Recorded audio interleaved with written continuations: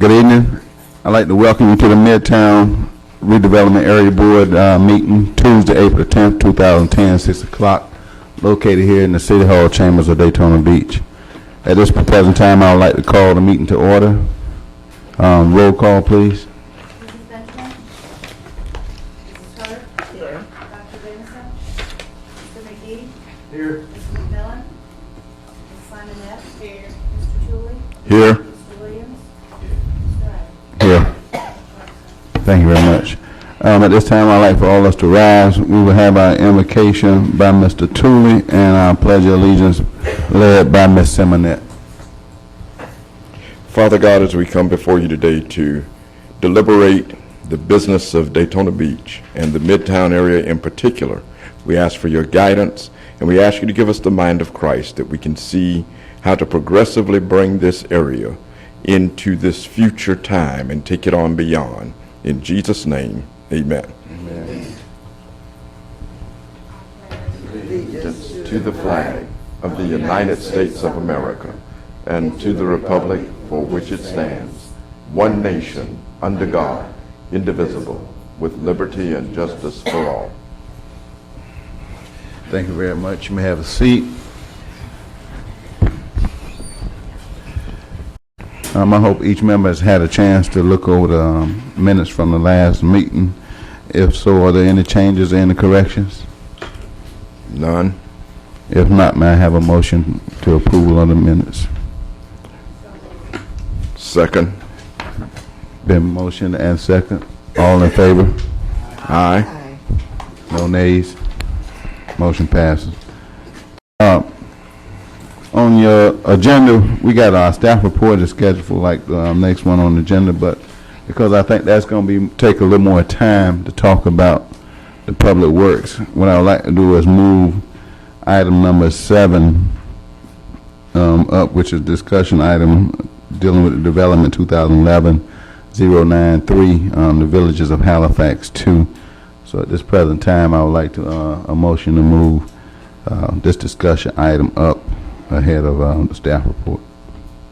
Mr. Chairman, I make a motion that item 7, discussion item DEV 2011-093, Village of Halifax, be moved up. Second. All in favor? Any opposers? Okay, Charles, or either Reed, can you do the presentation on the Village of Halifax, please? Sure. I'll kind of wing it here. I didn't prepare any notes, but this is a discussion right now. This is not a, it's sort of a in-between step. You've already had a concept plan. Typically, we come back to you with a site plan for approval. The applicant has requested an opportunity to come in and explain where they're headed. So it's really a chance to get an update and ask questions of the applicant about where they're at in their proposal, and I think we could let them just explain that proposal to you, and if you have any questions, I'm sure they'll be glad to answer them. At this present time, will the presenters of the Village of Halifax Complex 2 come forward, please? What's the business? Are we going to approve anything or? No.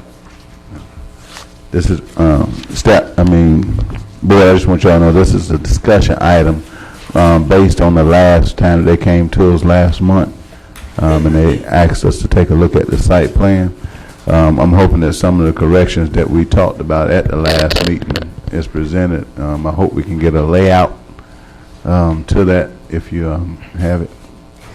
Good evening, Mr. Chair and members of the board, and thank you for moving our item up in advance of the staff report.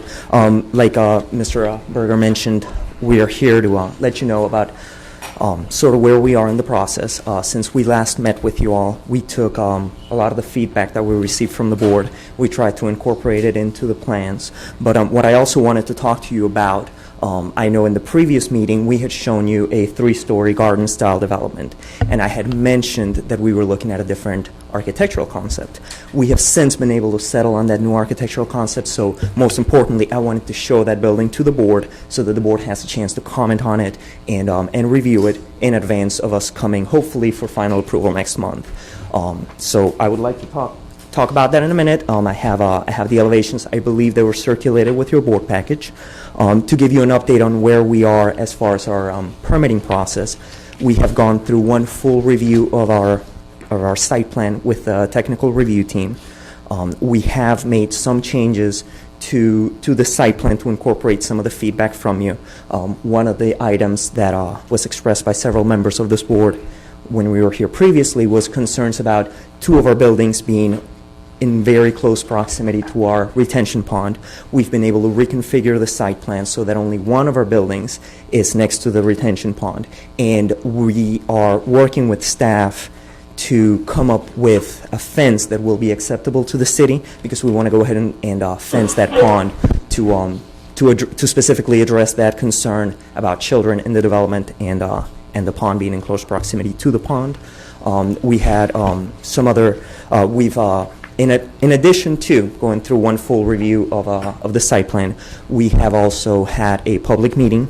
We had a public meeting, I believe 2 weeks ago, to seek public input, to let the community know what we were doing, what we were planning to do. We received some feedback from the community. Two items were sort of the bigger items that came out of that meeting. One was the speed of traffic along Keach Street. We took that comment back to staff at TRT this morning, where I was told to go through the specific staff member in the city, and hopefully we can work something with the city to try to address that community concern. The second major concern that came out of that board of that community meeting was the location of our entrance, which I believe is something that we also talked the last time I was here, that we talked about that. On that front, we presented staff with several options. We presented staff with an option where we tried to, as best as our property boundaries allowed us, align our entrance on Keach with Oak, so that you had a cross intersection right at Oak. Our property line doesn't allow us to make that alignment even. We would have been an offset intersection, and staff did not approve that.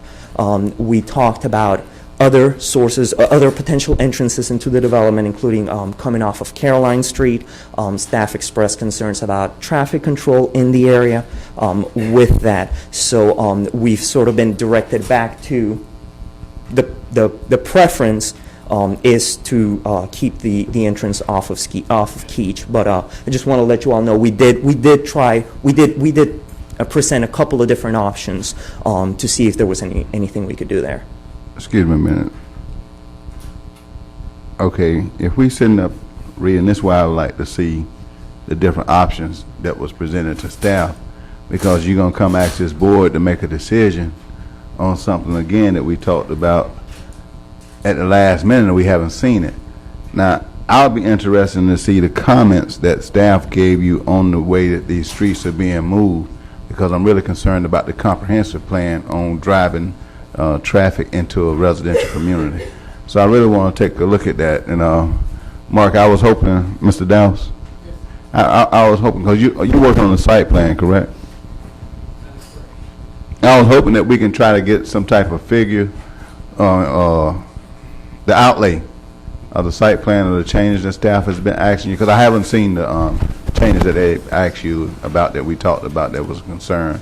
So if you have a copy of that on what they have given you or what they suggested to you, and the different comments that was made on why it's hard to come in off of Caroline Street when there's 2 Caroline Streets on both sides, that's the part I'm really interested in.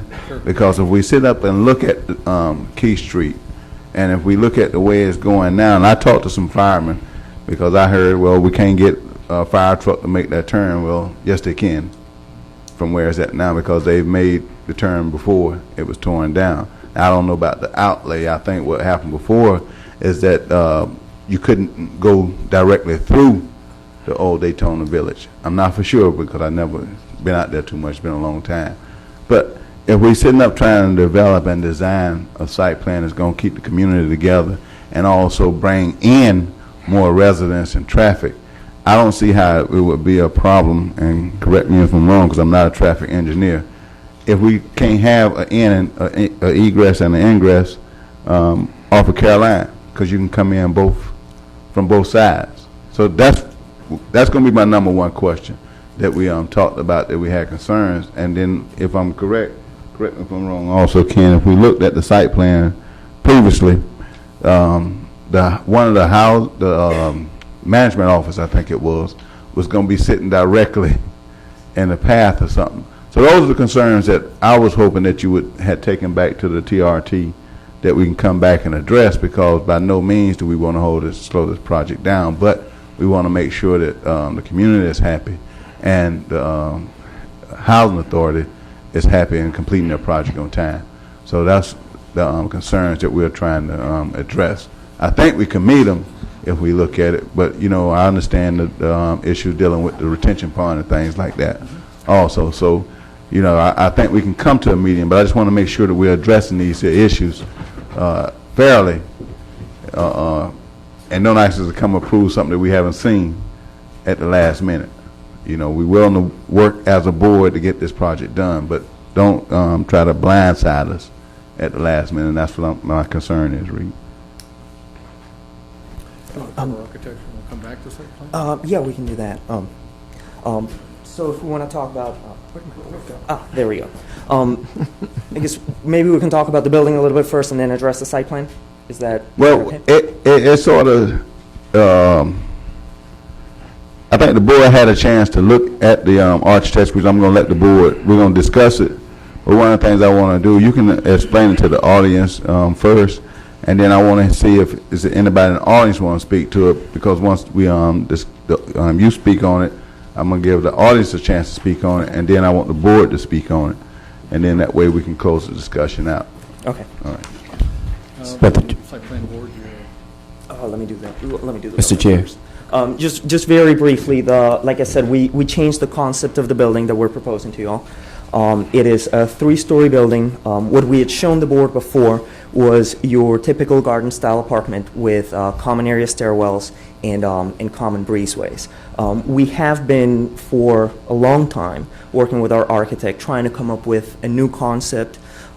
We've seen a lot of the larger, the multifamily developers that are more at the forefront of things. We've seen a couple of other developers come up with a concept that is all direct entry while still being 3 stories to maintain some of the pricing economies of doing your typical garden style 3 stories. So what we came up with was a concept where our first ground is all flat units.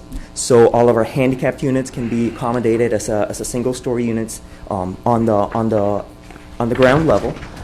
We have direct entries also on the ground level. Some of the double doors that you see, those are doors actually that go to a private interior staircase. And on top of all those flats on the ground floor, we have 2-story townhome units. So for a lot of our residents, we're going to be able to offer a flat 2 or 3 bedroom unit or a 1-bedroom unit on a single story. And for a lot of our residents, we can offer a little bit of a larger site plan that's got a little bit more room in the common areas, living room, dining room, and whatnot, because it is a 2-story townhome concept. So we're very happy with it, with the progress we've made with it so far. We think it's architecturally it's a very nice looking building, and we expect that a lot of our fellow multifamily developers are going to start moving to similar concepts over the next few years. So I did want to show the building to the board because obviously you haven't seen it. Any comments, any feedback on that, and also any feedback on colors. We do need to start running that process through your staff in the next couple of weeks, and I just want to make sure if there was any feedback on colors, I could take that back to the owner and throw that into the consideration for the mix. But if there's any questions, I think you have the floor plans of the different units, which can be a little hard to follow. But if anybody at the board or the public has any questions on that, I'd be happy to answer them. Mr. Whitman, you had a question? No, Yes, okay. I would like to go back to the To the site plan? Site plan. All right, can you address it with this, or do you want me to go with the other one? I think it's in my car. I can try and address it with this. Mr. Chairman, members of the board, my name is Mark Doust, and I appeared before you before, and we did talk extensively about the access. We really considered several accesses. One was the existing access point, which currently exists on Keach Street, which was not lining up with, but slightly offset from Oak Street. That was determined to be not acceptable because it doesn't meet the land development code for the required offset. Basically, traffic basically says you either line up the intersections or you try and maintain like a 125-foot offset. So the other options that were considered were using Caroline Street, and we would either access to the north or access to the south. And the problem that we ran into there, which was stated several times, is that these are dead-end streets, and they want the access that comes into the development to be accessible from two different directions. So when you come down Keach Street, you can come to Keach from either from the north or from the south and turn into the project. That's what they're after. When we had our neighborhood meeting, the comment came up again, and we went ahead and took it back and talked with Task Force. I talked to them last Tuesday, and I talked to them this morning about it. But basically, it's clear to us that they're not going to approve a plan that doesn't bring our access off of Keach Street, and that's really where we are. Now, there's a couple of things we did do, and I can see. I wasn't prepared to bring the site plan tonight. It was really a kind of a courtesy meeting to go over the new architecture, but we will have it at the next meeting. But one of the things we did do, and I'll just illustrate it on this one if I may, is these buildings have been turned this way and moved farther from the pond. And I think that will give it more of an open feel when you come in, so all these buildings will be more aligned like that. The second thing we did is over here where the entrance came out, we actually curved it a little bit over to the south. So instead of the straight alignment that you saw before, it actually curves down like this. It's not quite the full offset that the land development code allows or requires. It's just a little less, but we were trying to move it a little bit further from Mr. Moore's house across the street. So that was one of the other things that changed in the site plan. The other thing is that there's an oak tree which is in the front in this parking lot, and that has been preserved. Extra spaces have been taken out, which means that when you're viewing it from Keach, you're going to see basically 20 foot of landscaping. Then there's a screen wall. And then on the other side would be the tree and additional landscaping. So the end of this building becomes further buffered. Last time there was a lot of talk about a playground, and the new plans incorporate a playground near the clubhouse office. There's also a picnic pavilion that's been added in that area as well.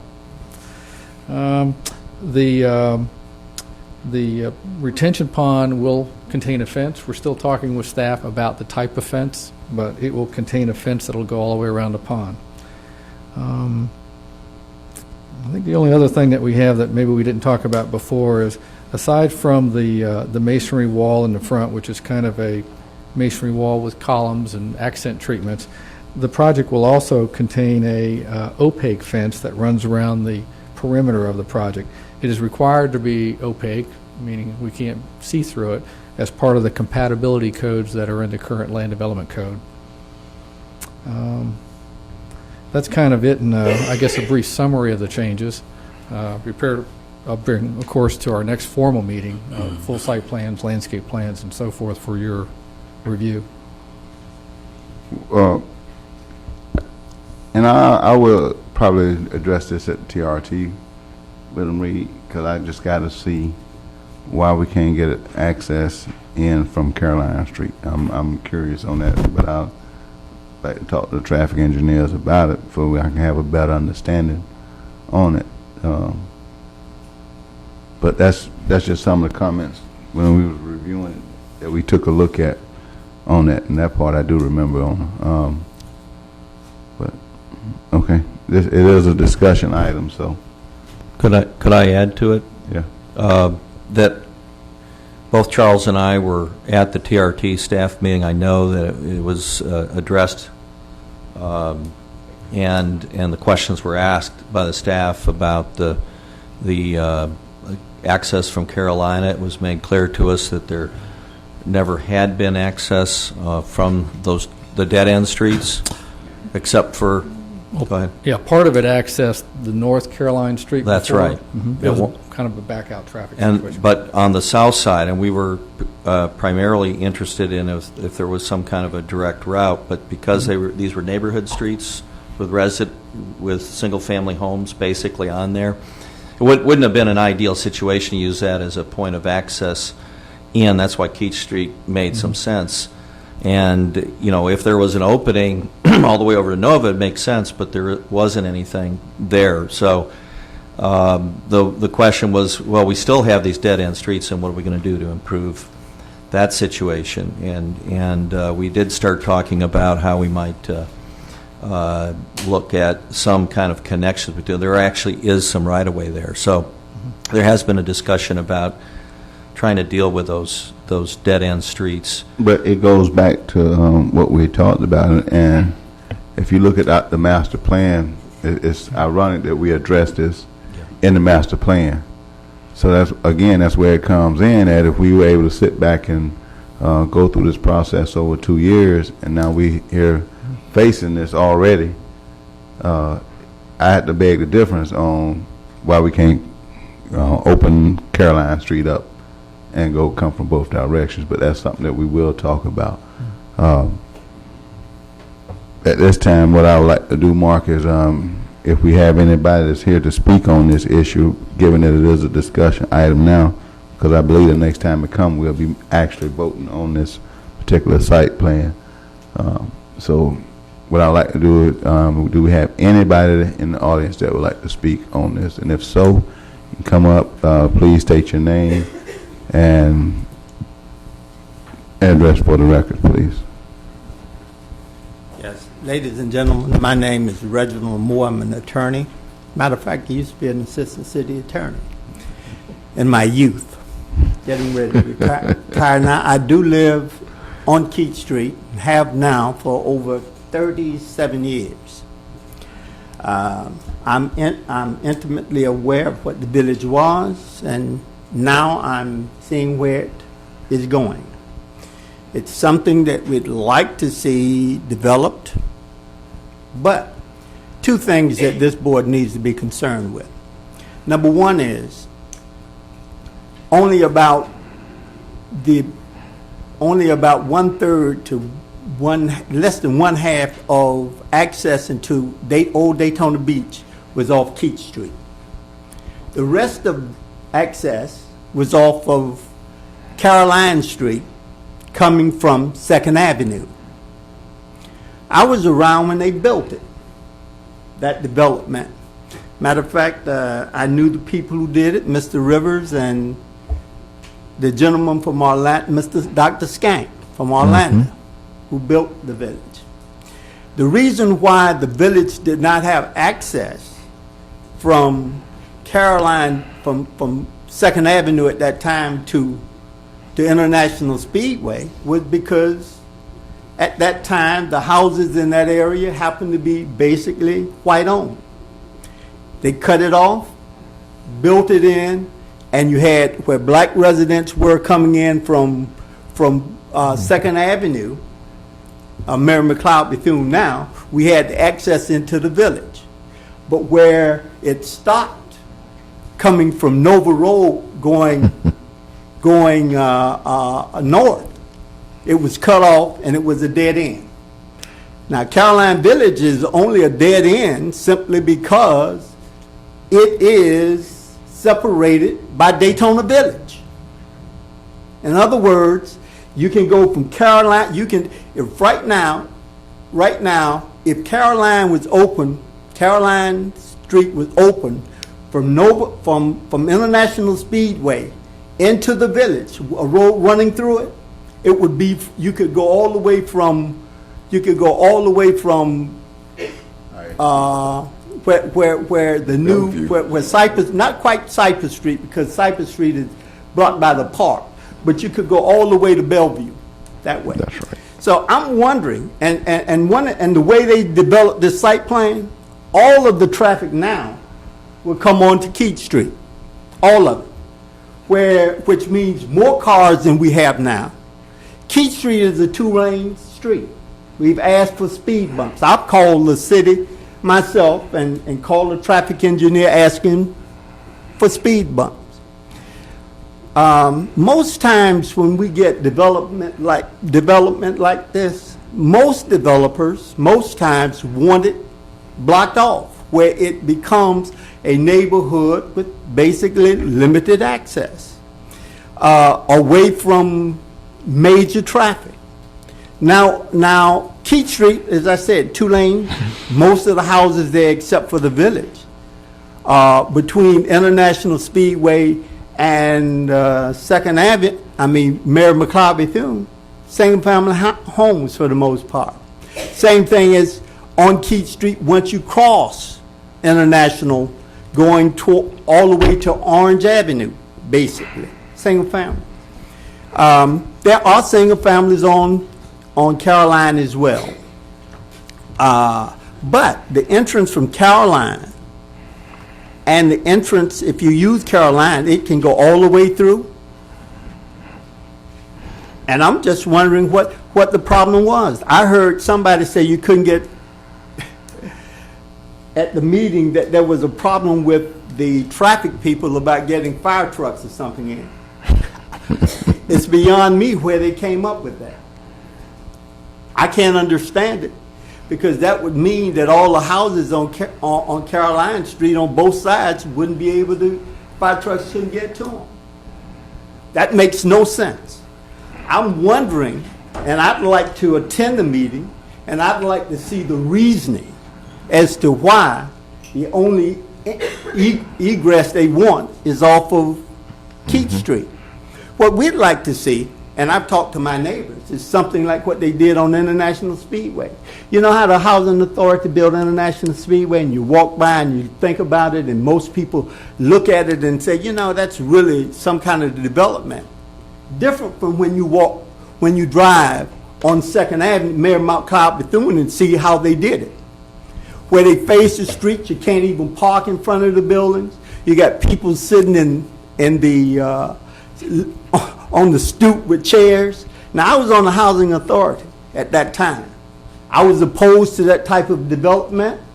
And because of my opposition, I believe the then director as well as the mayor decided they would not reappoint me.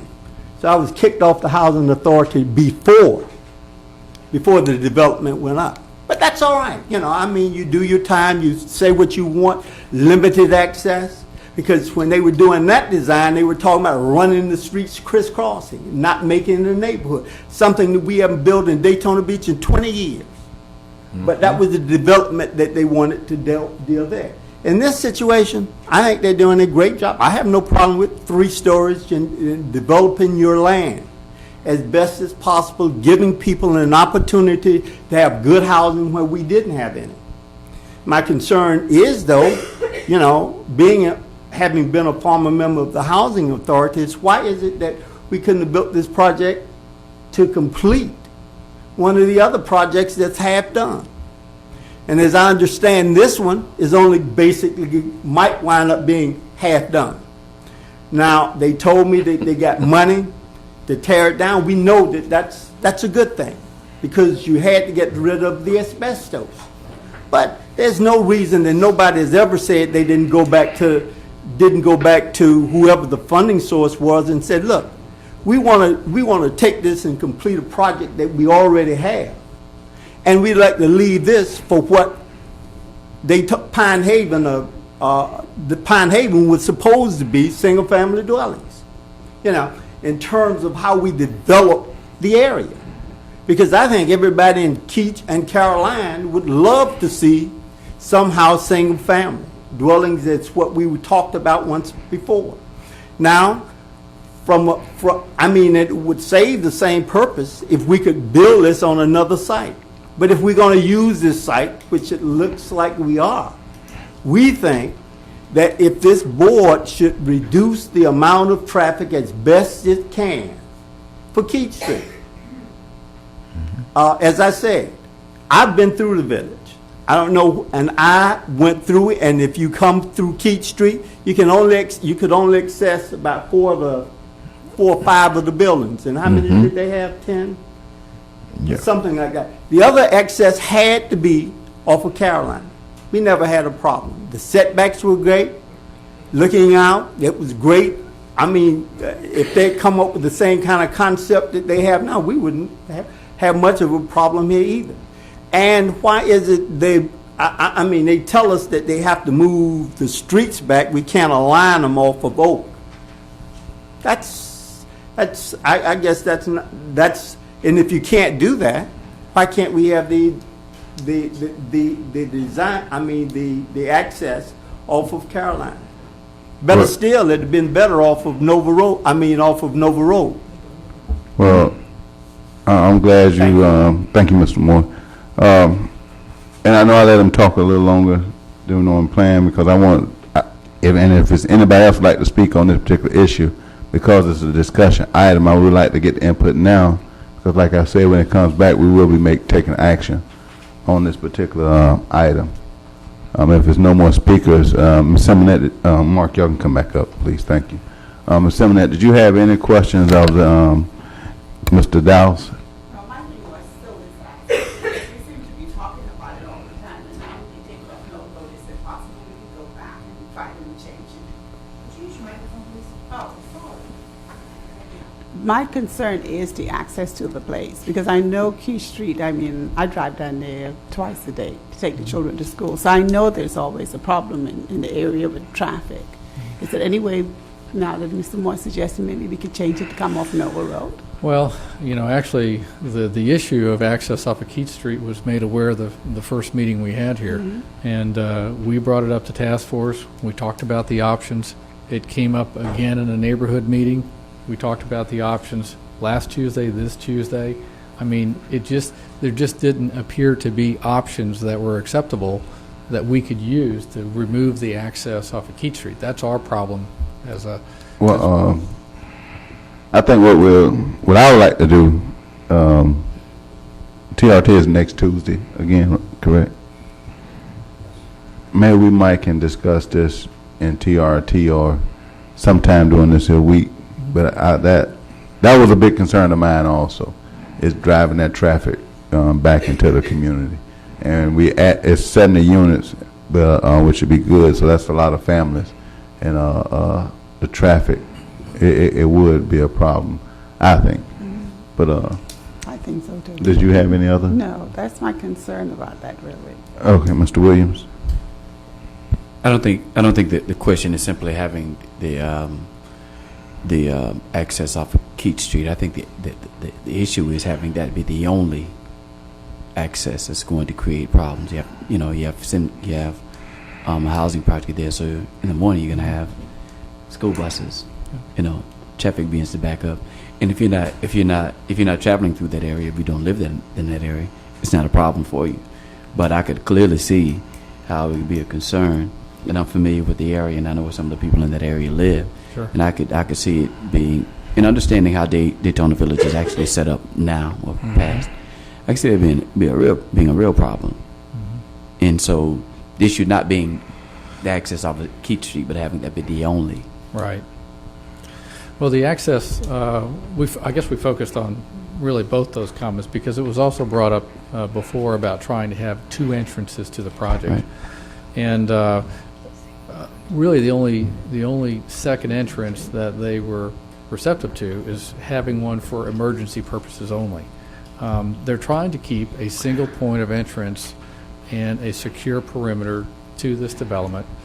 They want all visitors to be able to come in one public type entrance. That contributes to the safety of the community. It contributes to being able to police it and so forth. really the overriding reason why we've been directed just to have one entrance to the development. So we did talk about two entrances, and we talked a lot about moving the access off of Keach. I mean, those are really the two big subjects we talked about. And maybe that's a good idea to have. We could have a meeting either with TRT or even outside of TRT, with the traffic engineer and a couple of the people that are involved in those decisions and why we received the direction we have. Right. I think we really need to do that, Reed, because nobody's objecting to the project. Certainly. That's one thing that I do hear, that we really want the project, but we got to deal with this traffic issue. And I would like for us to try to deal with it before it come back for an action item. So I think we can deal with it. I think we can come to some type of medium to make this work. So because we're willing to meet, I'm glad about that. Ms. Tula, did you have any? Yes. comments? How many units are going to be in the development? There'll be 70 units in the development. 70 units in development. So theoretically, there could be an additional, say, if 2 cars per household, 140 more cars emptying into Keach Street. Well, currently there's 76 units on site, and I don't have the existing plan, somewhere around a little half or a little less access off of Keach Street currently. So under the new plan, of course, they all would access off of Keach Street, but you would have a less total units. Less total units, but still theoretically, another 140 cars could be going on to Keach Street, with 2 cars per household, which is the national average. Well, if I had a guess, let's say for argument's sake that maybe half the site is Keach, and I think it's about half or maybe slightly less, that would be 76 divided by 2, 35, 37 units. So you have 37 that are already plus or minus accessing off of Keach, and now we would have 70. So the increase would be, probably about a doubling of what you had. Right. So that's, just so that you understand, that's the concern of the community. Oh, I understand completely. And I'm amazed that this particular issue had not been addressed before about Caroline. And it, being a native of Daytona, and my granddad being a general contractor, I understand what happened over there. But this is the time that we need to make the hard decisions to make some changes. If we say we want to improve everything, now is the time to improve it. And we're not knocking the development. It's needed. I understand. In fact, I was on the board that voted for it. Okay. But we do have to do some things to change Daytona more than just cosmetically and more than just by words, to actually make the change. And the geographical boundaries that were set up there were set up for reasons that we don't like to address. And those boundaries no longer exist now, the purpose for them. But we need to make some changes. I'm in agreement with the chairman that we do need to see that access coming off of Caroline. I mean, I know that you're stuck in a catch-22 because staff is, oh no, we can't do that. The only reason they're saying that is because they don't want to put a light up there. But anyway, we're with you 100% as far as the project is concerned. Mm-hmm. But we're kind of concerned about things that are going on behind the scenes that need to be straightened out. Well, we're working very hard to make it the best possible project we can, and we're certainly open to additional discussion on the access. Probably the meeting we can set up with Mr. Ivy and some of the members of the staff might be the best way to address that. Ms. Benjamin, did you have any? I'm sorry. Any other comments, Mr. Tula? No. Okay, I'm sorry. Ms. Benjamin. Mr. McGee. I'm looking at this memorandum dated April 4th, which starts out, says a process has been established and a scheduled outline, and it jumps here, the purpose of the board's meeting on April 10th will be the first opportunity to review a presentation by staff that will describe suggested changes to the Midtown redevelopment plan. It is a prerequisite to revising the comprehensive plan. someone believes that? That's the next agenda item. Well, actually, 2 agenda items later, we're going to talk about this memorandum and the Midtown plan. But are we not discussing a project now that fits somehow within that master plan? Mm-hmm. Yes, but this memo doesn't address that. I think That's the, that's just telling you, that's for process of the master plan, the redevelopment plan. What plan or code are we working against? Are you making a presentation? Well, actually, we came to you before for the conceptual site plan, and we're scheduled to come back to you on May 8th. This is kind of an extra step. We really just wanted to come and show you the progress that's being made. The architecture was different than what we showed you before, so although this wasn't required to come back, we just thought it would be good as a courtesy visit to kind of show you how we're progressing.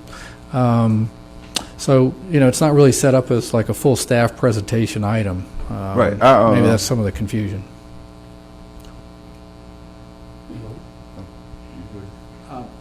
Has anyone given any consideration to how this project might fit with the Midtown?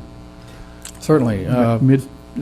Staff is well aware of the Midtown plan document. It's been out now for... Please say that again, Mark. Staff is very much aware of the Midtown plan document. It's been out.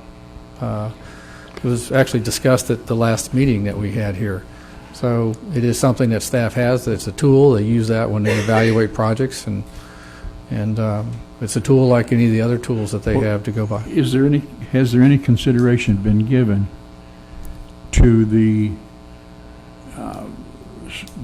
design development that we're looking at tonight with respect to how it might fit or not fit within the proposed outlines and objectives of the master plan? Well, and I don't know who to address that to, whether it's staff, whether it's you, whether it's... Well, I mean, I'm aware of the plan, and I've looked at the plan. Staff is one that looks at the plan and tries to use that as one of the tools they use to regulate development and review development.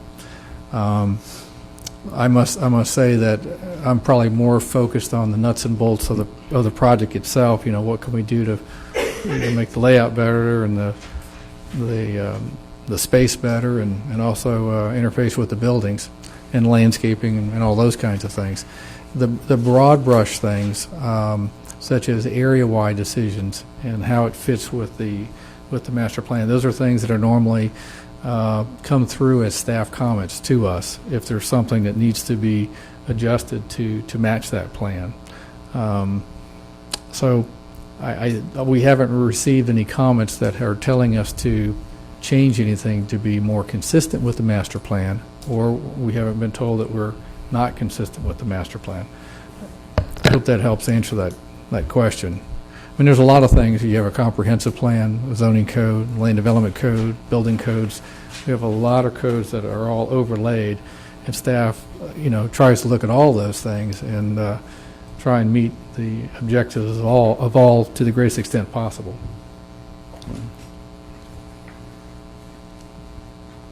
I will accept that, but this memorandum happens to be written by staff. Yeah, and I think you're going to be discussing the plan again tonight. You'll probably be discussing the plan for a while. It's going to be a document that's going to be evolving as time goes on, refined, added to. I think what is going to happen, Ken, I do understand what you're saying. I think what we're trying to do is make sure as we get new projects coming in that we steer it and try to follow the guidelines of the master plan as we take it through. Mark, I believe that this concept, the way the changes that you have made on the building design is more urbanistic and on coming forward. So if we're looking at it from that aspect, Ken, I think it is. It may not be the exact guidelines that's currently in the master plan, and that's something that we are going to continue to discuss. And we're going to try to discuss some of that in a workshop later on. But the overall design phase of it, I don't think we have rewritten the guidelines yet, if that's what you're asking. I think I'll just say thanks. Ms. Hurd? Yes, I have a few things to indicate. I am for the village of Halifax, but as I look at it, I can see Carolina Street being used. Right now, I think there's only one house that really faces Carolina Street. And when we are building all of these projects, let's also take under consideration the paving of the streets, repairing of the streets, and widen them, or whatever the case might be. And I too would like to see the interest move from Key Street to Carolina Street, and if possible, Nova Road. Also, I asked you before about the 3-story building. It's okay. I wouldn't want to live there in a 3-story building unless it has an elevator. And I'm still asking about elevators, whether it's for the kids, the children, sickness, whatever the emergencies, whatever the case might be. I just don't like these 3-story buildings without access to an elevator. It could be life or death. That's what I'm saying. The retention pond, we'll talk about that later too. Fencing, we should have looked at it maybe being underground. If you have the money, spend the money. If you don't have the money, find the money. Yeah, this site it's really not an option for us to put it underground. Okay, well, that's fine. Yeah, some sites we do. We do that where we have high depth of water table and good soils. This isn't one of those sites. Attorney, this night might not be the time for it, but I'm going to ask anyway. Going back to the first paperwork and drafting and everything, who will be building the project? Which company? I can. Hang on a second. It would be Pacern Construction Corporation. It's an affiliate of the development company and an affiliate of the management company. Where are they coming from? Altamont Springs, Florida. Now, my question is, and it should have been taken under consideration before, is there anywhere in the writing that it is a mandate to hire a certain percentage of African Americans? I did not say minorities, I said African Americans. This project is funded through the U.S. Department of Housing and Urban Development. As such, there are requirements for certain goals for minority participation and local participation. I did not say minority. Don't listen to me now. I say African American. I know what minorities consist of, but I'm asking you specifically. Ma'am, we will do our best to hire locally and to hire from minorities as required by law. I don't mean to offend. We will try our best. We will try our best to accommodate. Would you need help in finding assistance? Ma'am, I will take any leads, and we will investigate I'm any serious leads. about it. I'm very serious. And if you need please, the board to assist you in finding workers, skilled workers too, and just let us know, because probably we will be the ones basically living out there. Yes, ma'am, and no, certainly any leads for minority-owned companies, or and we do work with the Housing Authority. They have a plan for employment, so we do follow that plan, and we do make those efforts. So any leads on that front, you feel free to give them to me, and I will get them to the contractor. But don't forget the Midtown board. The Housing Authority board is fine, but since you're here, we're asking you to consider asking us also. Okay? Thank you. Mr. Dowse, I would like to really thank you coming in and presenting and taking this extra step, because it lets us know how we need to make this decision and make it flow. You're welcome. Your input is valued, and we seek it out. Yeah, I really appreciate the way we're working this particular project through the system and trying to meet your goals and deadlines. If you have any other questions, I want to make sure, Reed, that we try to get with Mr. Dowse as soon as possible before we can try to work out this traffic situation, so we can keep this project moving according to schedule. So I want, one of the things we have to make sure is that y'all have to realize that we're dealing with federal money, and we do not want to lose any federal money that is going to help us in our community, and this is a tax-based project. So keep that in mind when we're sitting back trying to make these decisions. So economically, we need it. That's all I have for you. Mr. Chair, if I may, please excuse me, but the meeting with the traffic people, is that going to be a public meeting? I think what's going to happen, Mr. Moore, is that I'll talk with Reed, and I will make sure staff sends you an email. I'd just like to. Yeah, when we have it, we'll talk with Mr. Dowse. We'll get it set. Okay. And even if we have to go to his office, I'm willing to do that, so we can just get it hashed out and move it forward. And then we will report back to the board. I want to make sure that everybody is kept in the loop on it. Okay. Thank you, Mr. Dowse. Thank you. Did anybody have any other questions? Thank you for a good discussion. Thank you for your time, and we appreciate it.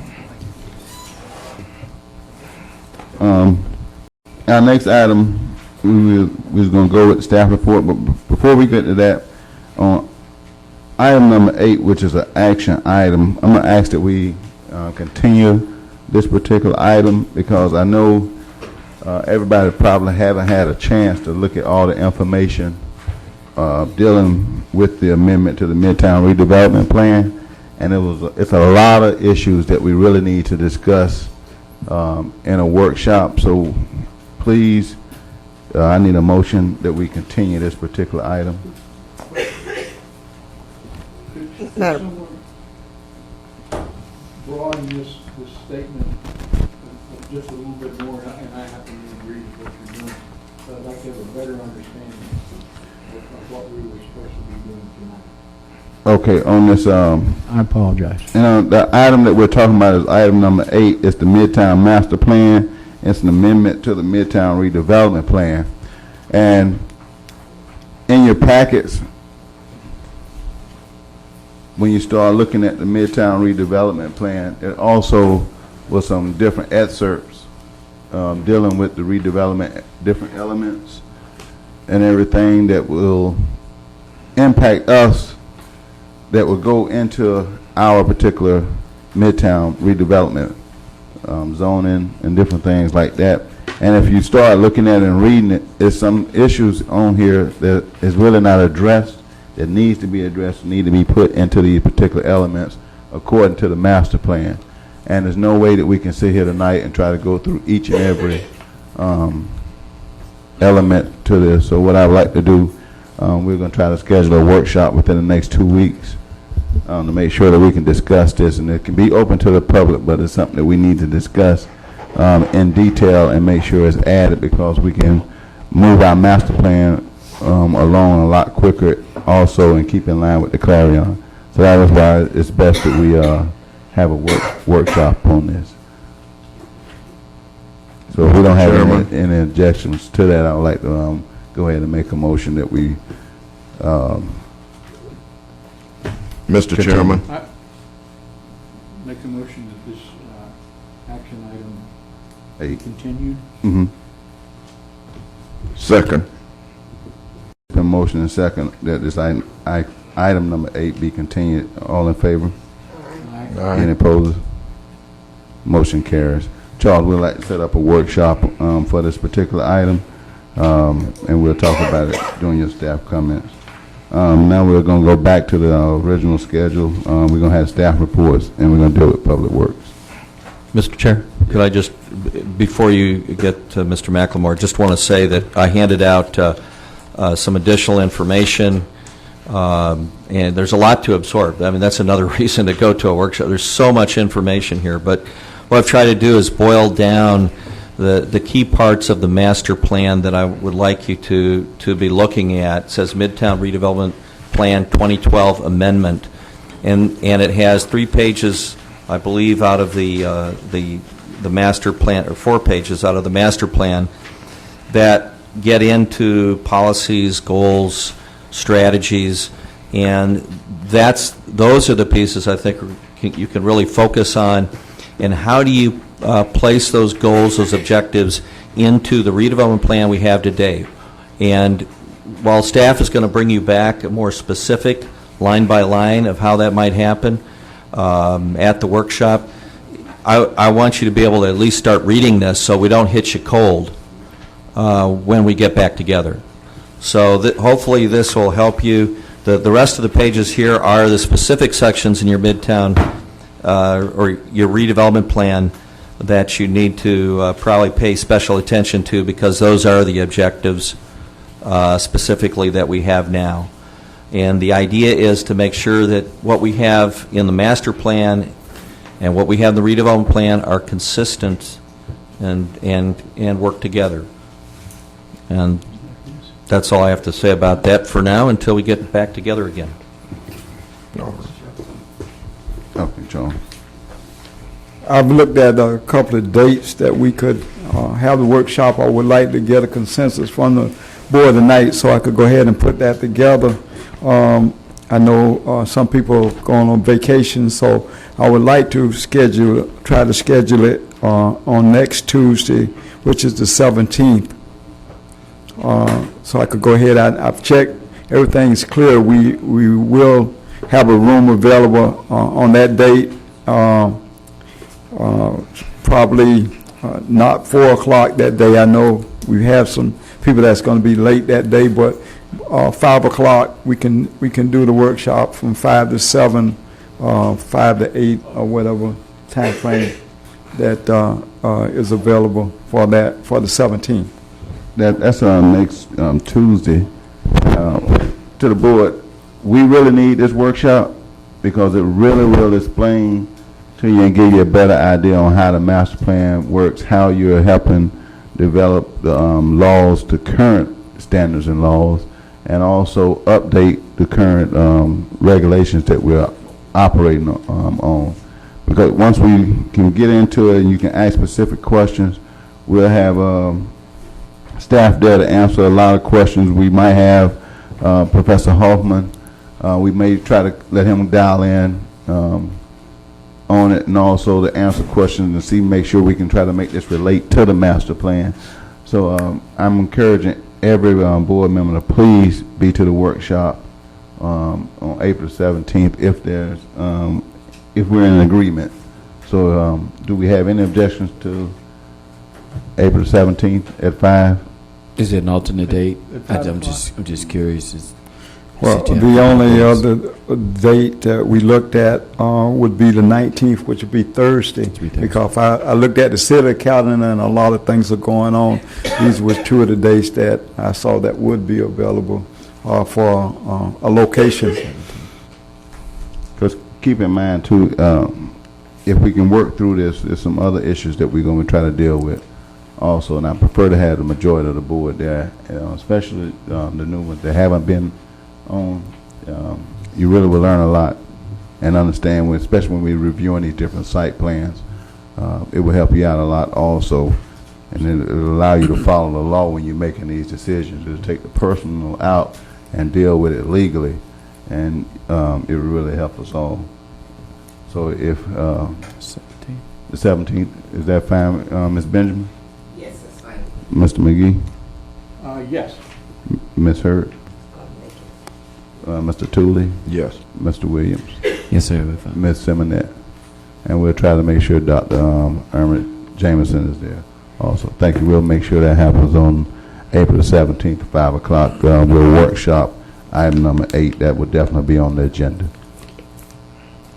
If it's, since we're through with that, Charles, I would like to move back up to staff report. We're going to talk with Public Works at this present time. Thank you, Mr. Chairman. I'm going to ask Charles if he wouldn't mind helping me out here just a little bit.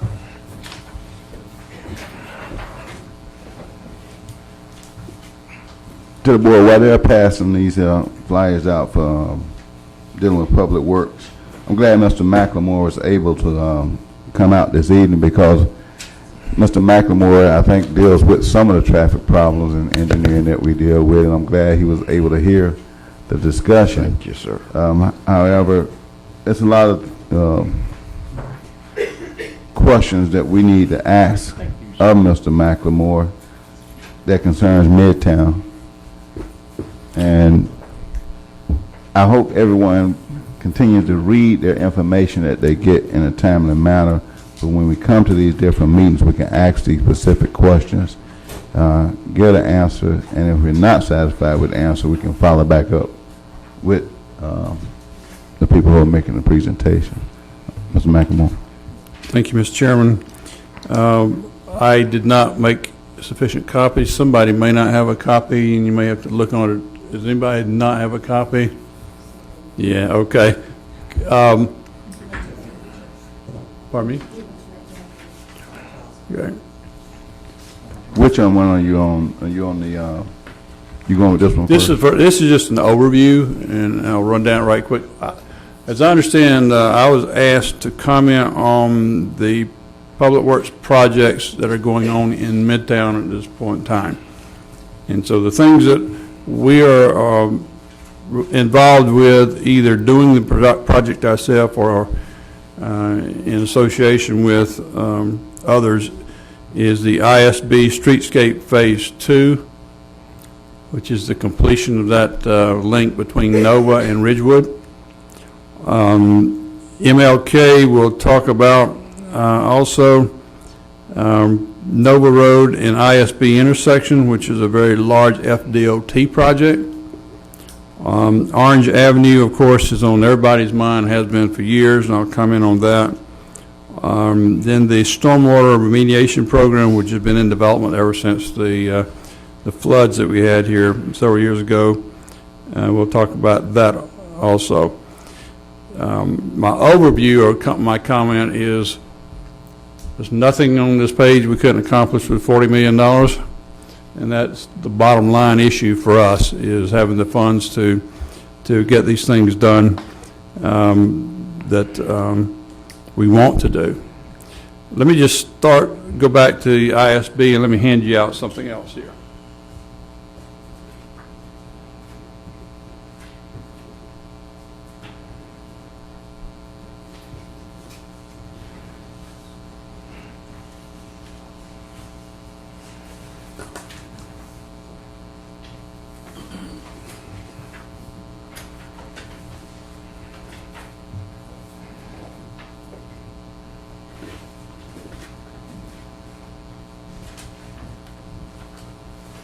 Thank you.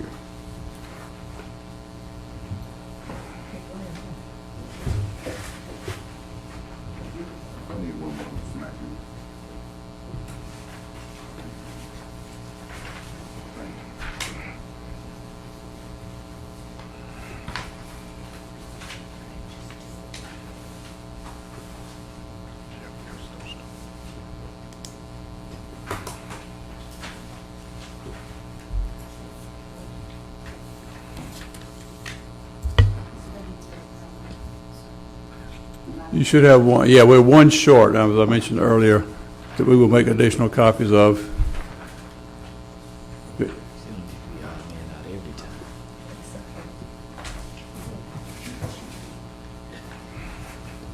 Okay. As you know, we started with this ISB improvement project between Nova and Ridgewood probably 6 years ago. It's been a long-term project that ran into funding issues, and for that reason it extended it out. Our goal is to try in phase 2 to complete this project. We will be taking it to bid, hopefully in the very near future. We think we have the funding secured to do it, so we will take it to bid, and if the bids come in within the money that we have, we'll be able to complete that project that's been underway for a long time. If you want to see basically what it's going to look like, you know where it has already been improved around the college. That would extend the full length from Nova up to Ridgewood, and will really, as you've seen already, help just change the looks of ISB when it's done. We estimate the additional cost to be $1.2 million. If you look to your map here, it's a little bit difficult because we actually started phase one. If you look in the middle, it shows you phase one. We started pretty much in the middle between Nova and Ridgewood. So phase one is completed. You can see the lines there.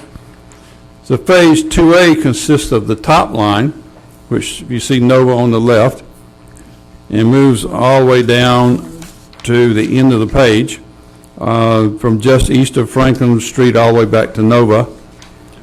And then the other piece of phase 2 is on the bottom. If you see the very end of the second middle line, you'll see that's where it says phase B, 2B, and goes on to over to Ridgewood. So phase 2B was from east of Emmett Street to Ridgewood Avenue. So our goal would be to complete all this in one bidding, and we're hopeful that we have enough money set aside. You never know today, you know, where bids are going to come in. But it's going to be a tremendous project for us to get finished for the community, and we're looking forward to getting it done. Is there any questions on this one? Ms. McMorro, Yes, sir. Are there going to be any other additional lane changes on ISB? Not in this stretch. No. On that, when the FDOT came down on that briefing, and they gave us where they changing the traffic signal On Nova. on Nova Yeah. and ISB, is that still going to go into effect? It is. We're going to look at that next. So then this here project basically will follow that project, or which one is going to go first? This project will proceed on its own, regardless of what FDOT does. There's two separate funding sources for this. This one we're managing. The intersection at Nova is being managed by FDOT. Okay, And- but we're going up to Nova Road at this point, correct? Right, up to the edge of the new improvements at Nova, right. So are we doing any streetscape, going across that street like we did between Lincoln and Martin Luther King? Yeah, this full stretch anticipates the same improvements that you've already seen around the college area. But are we going to have any logos or anything? I mean, you coming in, that's the entrance to Midtown. So my question is, are we going to put any type of logo at the beginning of Midtown on Nova Road, and are we going to put any just before you get to the railroad track, which ends Midtown? Or are we looking to do anything like that to let people know that they're coming into a historic area? There are no in-the-road type designs like you see in the college area contemplated in finishing out the project at this point in time. It's something we could raise, you know, as a potential. I think if you look at the middle, it shows the area where we did the artistic work in the intersections. That was I think that was a federal grant that brought that in. Yes. On that one. Yes. But my question's still going to be, because if we're going to brand Midtown and we're going to make Midtown look like part of Daytona, when you go on that beach side, you see and know that you're on the beach side. When you go downtown, you see and know that you're downtown.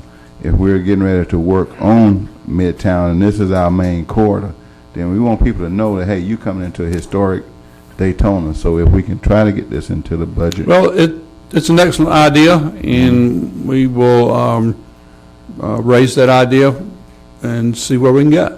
Be happy to do that. I like it. Was there any other questions on this particular plan? Have y'all seen it before? Did you get a chance to look at it? It was in our, if you've been on the board previously, it was in one of our packets prior.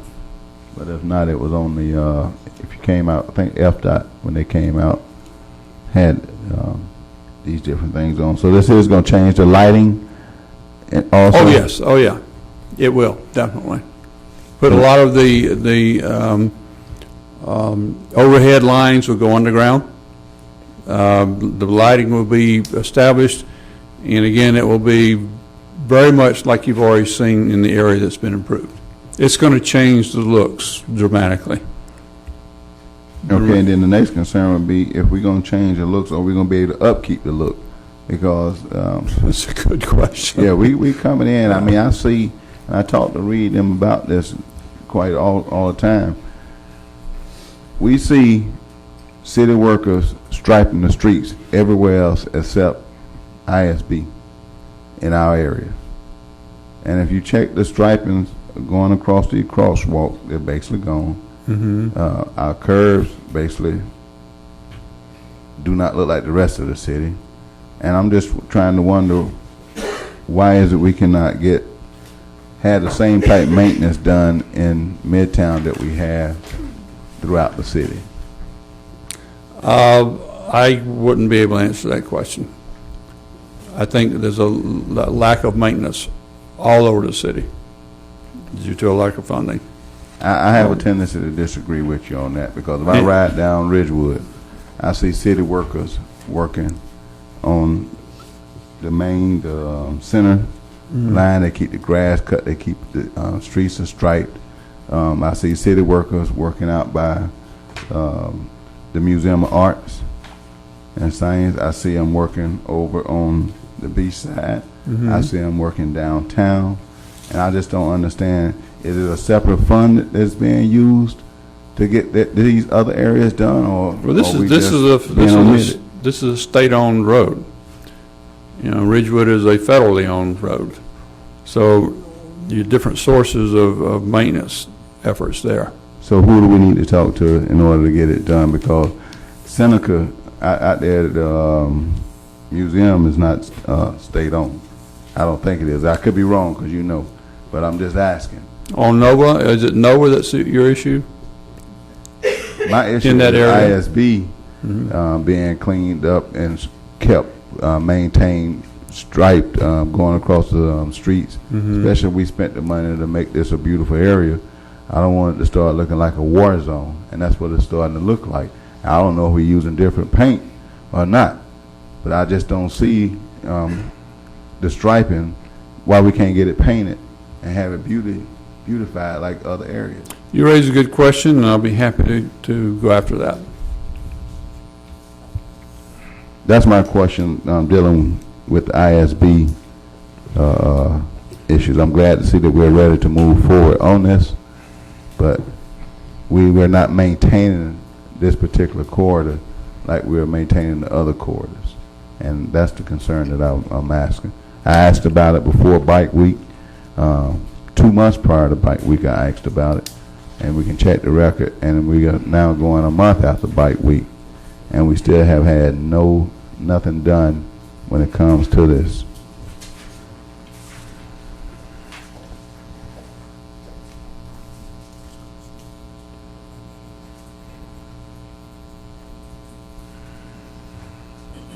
The other question that is going to arrive, and I may be jumping the gun, but I'll ask it while you're writing. The streets in our communities, the way they're being kept in our community, I don't think it's being kept fairly. And I say that to say, I know it's residents' responsibility and business owners' responsibilities to clean the grass off the sidewalks and the curbs and different things like that. But once again, when I see city workers doing it in other areas, I would like to see it done in our area. And it happens. And something I talked to Mr. Berger about when we was doing our briefing is, I don't care if we have to get prison workers to clean it. Give our community the same attention that you're giving to other communities for we can be a part of Daytona. And that will start making the residents in Midtown feel like we're a part of Daytona. Thank you. You can carry on. Pardon We'll me? go to the next one. Okay. Were there any other questions dealing with ISB corridor from any of the board members?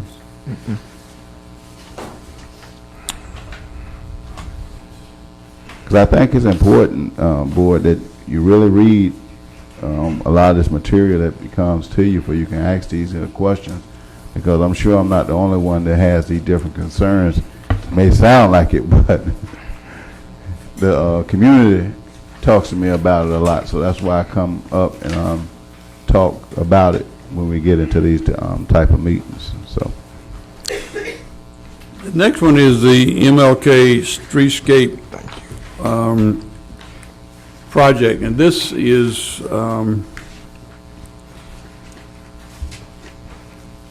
has really two parts to it. One is the current condition of the road and the improvements to the road, but the other is how MLK is impacted by your new master plan.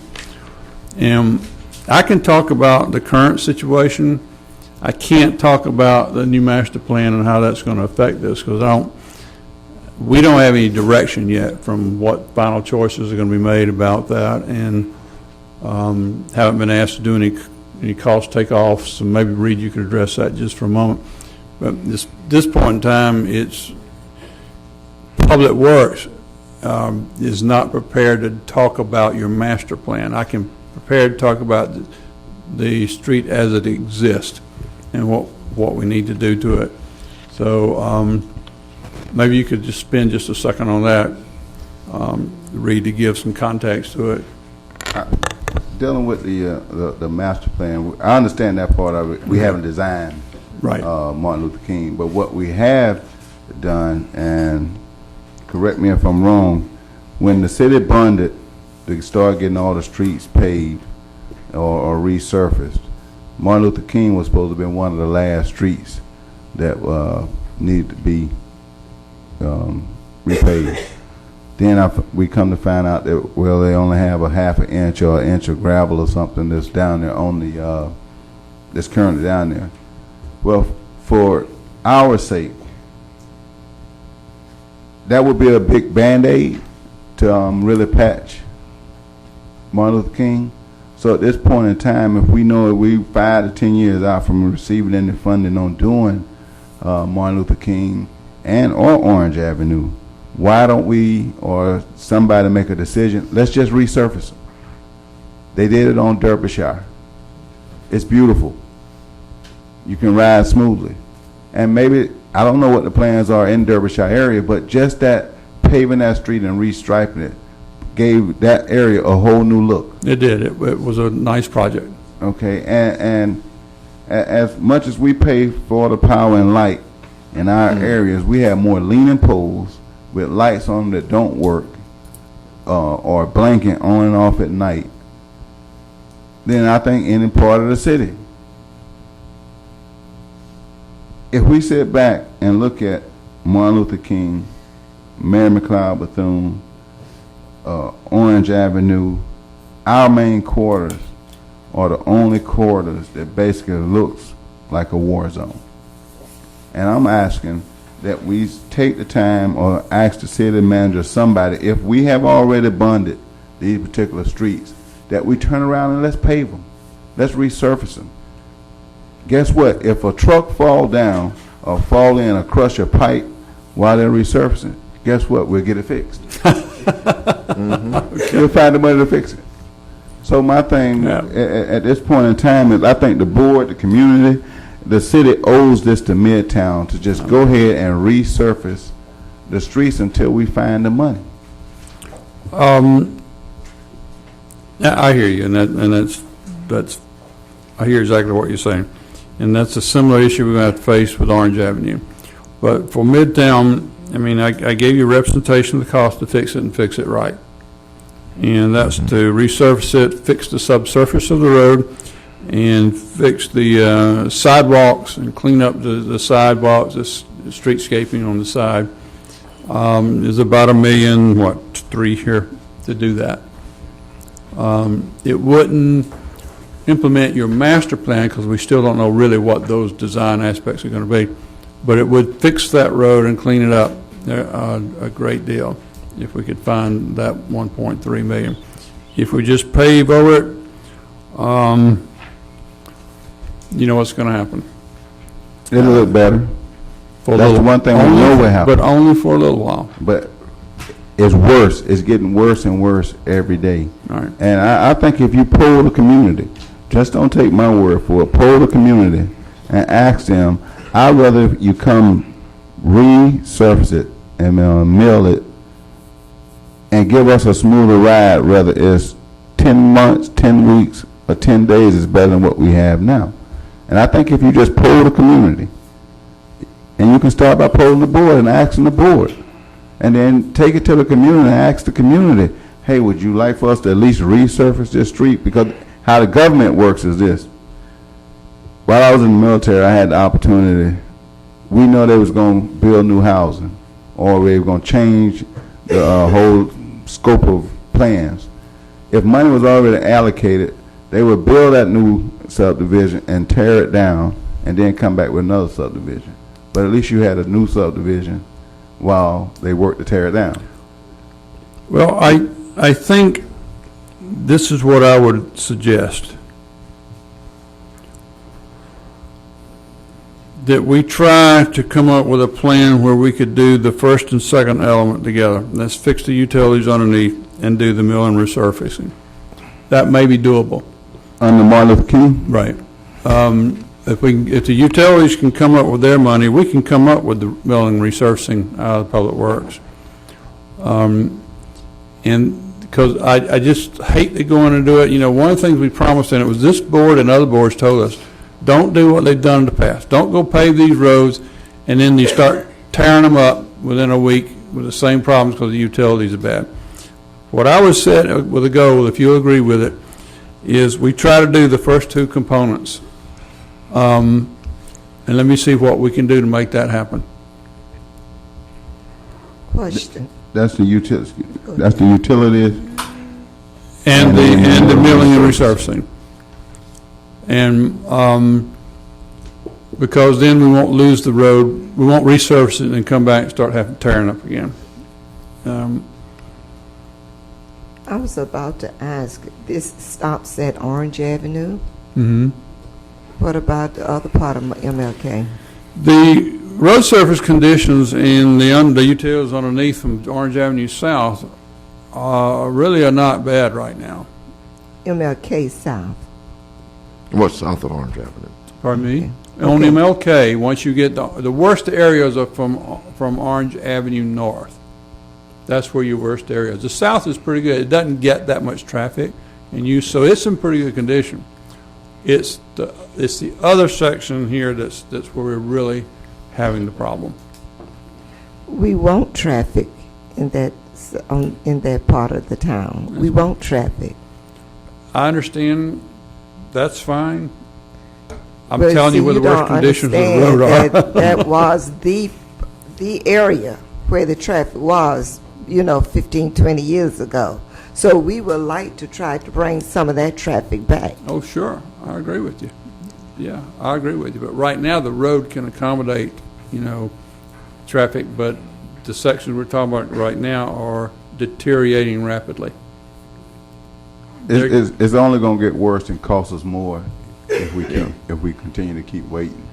And I think what we should really look at doing, if from Orange Avenue south can be resurfaced, and I think It doesn't need resurfacing. It physically does not need resurfacing. Wait a minute, Martin Luther King, MLK south of Orange Avenue. right down it. Have you been over by Shiloh, that area? Potholes, patching. Right by, and then you can even go by the old Camel Street pool. Well, we would certainly be happy to evaluate it again. Be more than happy to do that. I think it was, wasn't it one of the streets, Reed, that was scheduled to be repaid? Not in that that section. bond? No. Not at that section of it, but I think that all of MLK was originally evaluated by when they looked at all of these streets, but We look at every street It and was we not rate fun. it according to the rating system that's recognized nationally. And then we take the worst ones and start working down the street. Now, we do make mistakes, certainly. Should we go back and reevaluate it? Be happy to. But it did not rank up as high as the rest of that road, because the rest of the road is going, and going fast. That's the whole street, really, that's one of our main quarters. Sure. And if we don't take care of our main quarters, we will never be able to attract investment. I am so into much our in areas. agreement with you. So we got to at least start making our area look attractive.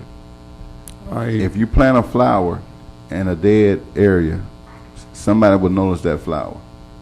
So I'm asking that we sit up and really look at our quarters, because when I sit back, and I'm probably going ahead of you because I'm on the Orange Avenue looking at it. If we sit back and look at how many times this Tiger Grant application has been submitted and we constantly getting denied on it, I'm going to start asking the question, who's writing the Tiger Grant? Everybody say we constantly submitting it. It's public information. Can we get a copy of it? I have a copy of it for you tonight. Good. I want to look at it. And Most of it. Maybe we can sit back and let somebody who's getting some grants approved take a look at where we're missing the boat at. We've already evaluated all that. We know what the issues are. Pardon me? We Need help?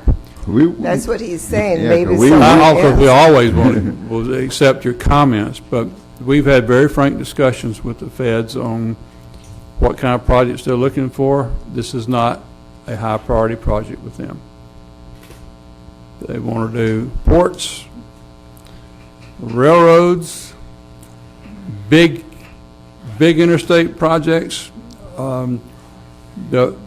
A small street down Daytona Beach, we're having a hard time getting their attention. maybe we are taking the lowest bid, and maybe we should increase our and do a better design, or do a better model that's going to come in line with the bridge. We tried that. When you read this application, you'll see that. That's exactly what we did this time, because we had an evaluation. After each one, we call them and we sit down and we go through an evaluation with them. So, well, where are we short? What's wrong? And what's happened in each grant, their direction has changed. Each grant cycle, they kind of rewrite their criteria and say, okay, what do we want to do with this grant? So it's really been a moving target with them. But it's not really the grant writing. It's just not the kind of project that they're real interested in. But we keep going after them. We keep going after it. They even tell us they have told us your grant is extremely well written. It's a great project. It's just doesn't fit our priority criteria. We keep going after it. We went after it this time. We took their suggestions on how to style it based on their new criteria and interest, and that's exactly what we did. And I'd be glad to hear from you when you had a chance to read. Then is there another funding source that we can go after? Yes, there is. Politically, it's just logjammed right now, and that's the new transportation bill, which they just won't pass. I mean, there's a conflict now going on between the two parties, and we thought we had a good chance for getting funded under the new transportation bill, but they have not funded it, and I don't know how long it's going to take them, what compromises has to happen between the two to get it done, but it's just logjammed in Washington. But we had good responses from our elected officials about trying to get it into the appropriation bill. So the transportation appropriation bill is just not coming out. So are we basically in agreement we can look at trying to get something done MLK and Orange as far as milling and the resurfacing, or where are we going to be at when you leave here tonight? What would be our next step to start improving? Well, when we get the final word from Tiger about 4, then I'm going to resubmit a reduced plan to the City Commission for Orange Avenue. And we will see how it's received, but it would take some decisions by the Commission, probably to do some more debt financing, but I'm going to present them with a scaled-down version of the plan as soon as we hear from the results of Tiger 4. Okay, And it's really, it's a shame that we can't get the appropriation bill done. I mean, it's just sitting up there, and for 2 years now, just log jammed in the fight. Another street that's not on here that really needs work too is the west part of Mary McLeod Bethune. That has not been addressed in a long time also.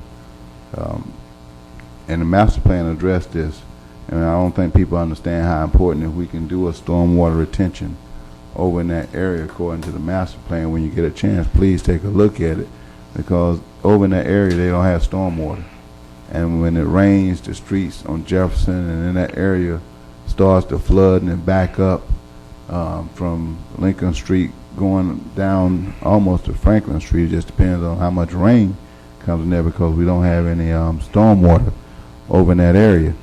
But the master plan, if you take a look at it when you get a chance, and it's online for the audience, we can address that by putting a park light over there and take some streets, some lanes out of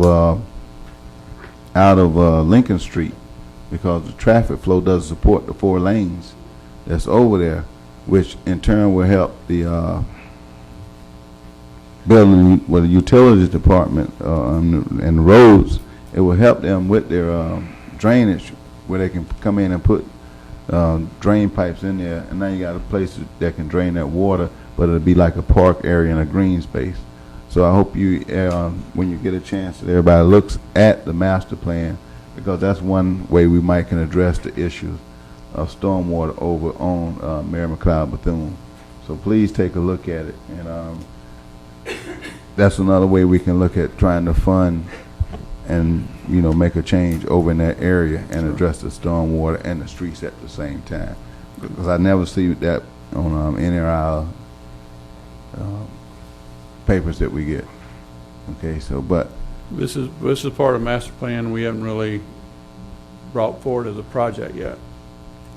That will come though. Yeah, it's in there, and that's what's good about this master plan. You'd be surprised how it addresses so many of our issues, and that if we can start while we're in our planning phases to, if we take a look at it and start to use it, it might can work a lot quicker than a 10, 20, 50-year plan. It might can actually start working in the future if we go ahead and do the necessary paperwork for it, because the plan is already there to address these different issues. But again, we must look at how we can, for now, put a pretty Band-Aid. The kids like Band-Aids with this decorated. Oh yeah. Yeah, that's what we might need to sit back and look at. Okay. Just a clarification. So, Mr. McLemore, you Yes, said that we're going to try to we're going to work on getting this utility upgrades and the milling and resurfacing of MLK started. What I was suggesting, let's set that as a goal for these first 2 components and see if we can find a way to do that.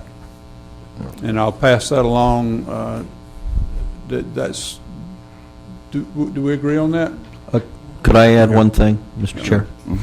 Ron, is the sidewalks and the curb, I know it's broken up a lot in that section as well, and it's a fairly small cost, and you've identified some of those sources. I know the CRA has picked up that cost before for the improvements of the sidewalk, and that's only $73,000, so I'd like to think that we could include that as well. as a part of this temporary fix? We anything that we can do to enhance our areas. CRA funding? Yeah, I think anything that we can do to enhance our areas, we need to look at doing, especially if we can help Public Works with getting it done.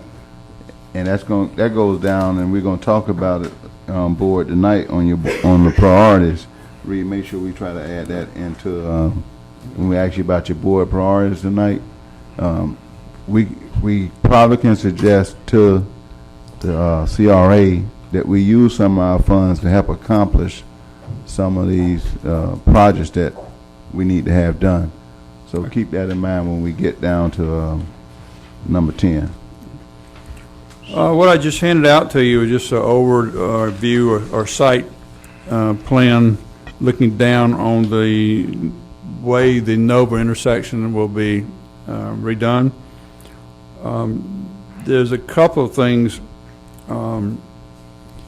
There's some geometry changes in the road, but there also the mast arms are going to be upgraded. So it's going to be visually a much nicer look than it is right now, including the geometry changes in there, which basically was to try to get some additional turn lanes at that intersection. Again, this is a FDOT project. It's gone through the public hearing process. You've seen on that first handout I gave you. They hope to have the design complete in December of this year, with construction starting in the spring of 2013. This is a biggie. This one is a big project in terms of the traffic flow being improved in that intersection, and it visually just looking so much better. And that will match up with the improvements we're making on ISB. So that's going to be a big project for the city as well as Midtown in terms of raising the bar, you know, on both traffic management and the way things look. So that's one I think we can really look forward to getting done.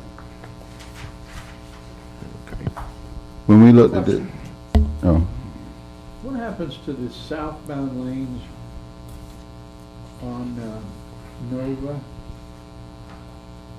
I can see turn arrows and stuff on the northbound, but there's 1, 2, 3, 4. There's 5 different lanes in there. Do we know what's happening there? Well, Or do I care? let me just say, they promise it's going to be better. If you would like a really detailed discussion of the functionality of that, let me bring somebody else who'd be better prepared to do that than me. And I can bring the exact person, should have brought him tonight, but didn't think about it, who can really explain the functionality of the redesign to you. I mean, this could really be a nice intersection, and that's a great way to jump from Right. this westerly portion of ISB into that piece that takes us down to the college, the university. Right. Ms. Chairman, if you wish, we'll be back at your next meeting, and we can do that. oh, that'd be fine. I went to the FDOT when they first came out. The only thing that I was questioning basically was when it came out to the public hearing, it really was already done, but they did a good job on it because we had asked about it in January, and here in February or March you came out with it. So I think again, that's why our quarters are very important. So Okay, then we will schedule to be back with you at the next meeting to talk about this further. Thank you. do any other board members have any other questions for Mr. McLemore? Yeah, and Mr. McLemore, at that time, could we have somewhat of a target date on the MLK that we said we were going to work on? I'll try. That has to move through the city commission, and that's a slow process right now. But I'll try. We'll try. Sure. That's all we can ask. Okay. Well, obviously, we love to build stuff. We would be very happy if somebody said, here's a big pot of money, go build everything anybody wants. We would be in a state of joy because we love to do stuff like that. Ken needs to be excused. Ken, Mr. McGee. Mr. McLemore, before you leave, I just want to I got two more items, if you want did to you? Okay, finish go up, or I can come back next meeting and finish up. One of the things that I'm really concerned about, and it's not on here, and it has nothing to do with roads, but and we'll schedule to come back so we can cut the meeting down. As we sit back and look at implementing our master plan, and we sit back and look at code enforcement, and sit back and look at how the land, how we're starting to sell off land in different areas in order to create development and different things. As we go down Orange Avenue, and we sit back and I look at how we're cutting staff, we're cutting people here, there, and everywhere. What would it take for the public works to combine with the basically combine your yards over on the Belleville area and off of Orange Avenue? And the reason I say that, if you sit back and look at the public works that's right here on Orange Avenue, which is a prime piece of property, but because it's in the CRA, if we're going to be leaders in the community, the city has to take the lead also. If we ticket the junkyard guy there because we say no outside storage in a CRA, well then we're in violation. The city is in our CRA. Well, it would be grandfathered, but it's not consistent, with your guidelines. Right, it's not consistent, so we can agree on that.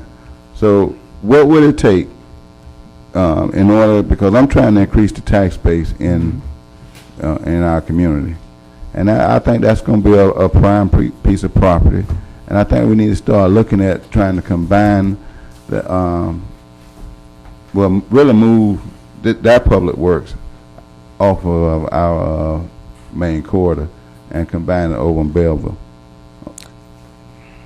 So think about it.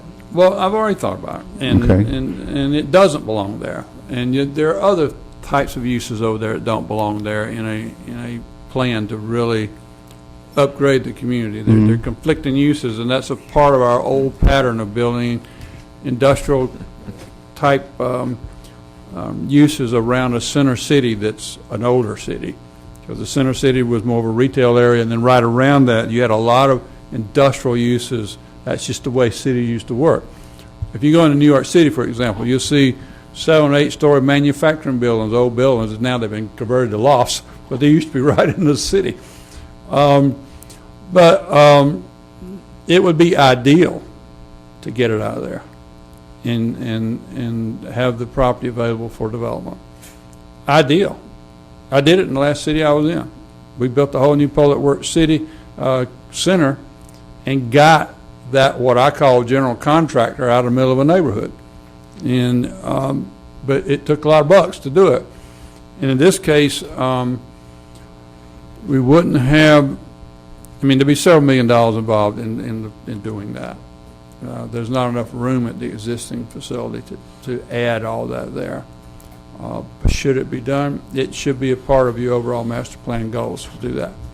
I think, and that's what I was looking at. I was looking at the master plan and the use of land, but I think if we can start combining some of the city property, man, I wish we really would take a hard look at that. I'm 100% in agreement with you, 100%, that it should be part of the master plan if it's not. Okay. Okay, but what I go ahead, There's a Ken. development order on that. This is Klink's property? No, No, he's no. talking about the yard. The yard, the city yard. Oh, your yard. Yeah. Mm-hmm. I beg your pardon. Right. With that, I'll bid you all good night. Okay. Charles, what I'd like to do with Mr. McLemore has any more handouts, let's go ahead and hand them out, get a board time to look over them, and then have their questions ready on the next meeting when you bring back the answers for Mr. Tooley. Portion of the narrative section of the Packer grant. Okay. And I know we're short one, but I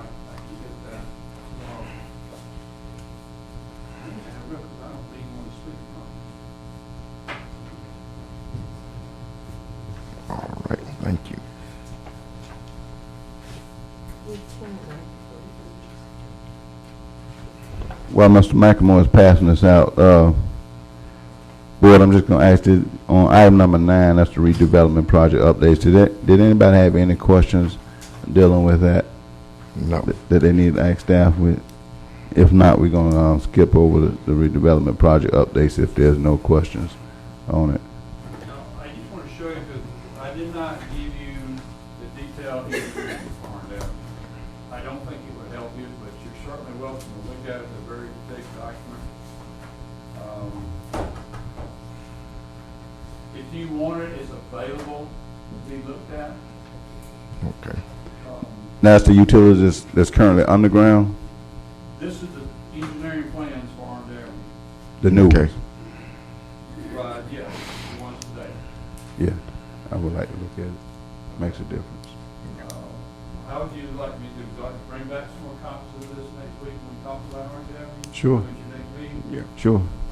But Just make sure they're in the packet, so they can look at it in time. Schematics and But I'll be happy to make, how many would like a copy of the detailed engineering? Okay. We'll bring them back to you then at the next meeting. Thank you, Mr. We'll McNamara. take up the last two, which would be Orange, and I need to spend a fair amount of time with you on the stormwater remediation plan. Right. Because it's changing dramatically, and it's changing in a good way. Well, I thank you for being patient with us, because that, No problem. Village of Halifax, I know it lasted a little longer, but that's gonna be an action item, and Okay. thank you for being patient with us today. No problem. Thank you for the last meeting, letting me go early. All right. Board, I'm gonna skip over redevelopment project updates. I hope that everyone had an opportunity to read it in their packets. If you have any questions or statements regarding that, please contact Mr. Bryant by phone or email. I'd like to move over down to item number 10, Mr. Bryant, with the board priorities. If you can give us a quick briefing on what you need from that. And if we need to move it into the workshop, we can put that on the agenda also.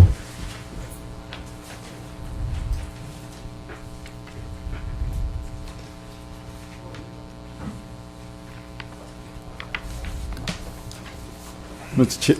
Chairman, Board, yeah, definitely we would like to move that, the board priorities to the workshop. We want to have some discussion over that, and if you would, please think about that, write them down, have them ready for you when we do the workshop so we can go over them. I've got some from the chair already, but we would like to make sure that we done like we done in the past. We've come up with a list of board priorities, and we can put them in and set some type of budget as to way how we want to spend the money and meet those goals. So that will be something that we were looking at the workshop also.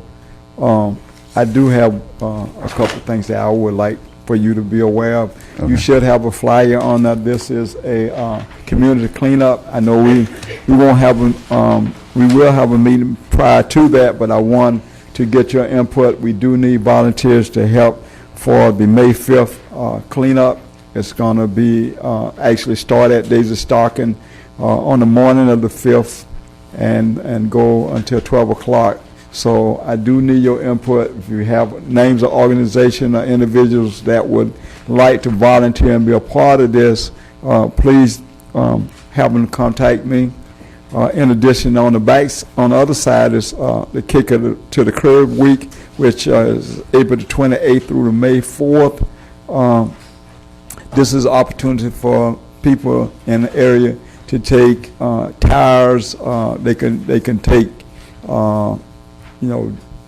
use appliances and everything. They actually can drop this stuff off to Public Works during these dates. So if you need some of these flyers, let me know. We're trying to get this out in the community. It's actually going out in the water bill, and so we're trying to clean up the area by working with Waste Pro and Public Works and the Health Department and some of the other entities help put this together. So we want you to be a part of that. And lastly is the I don't have a copy.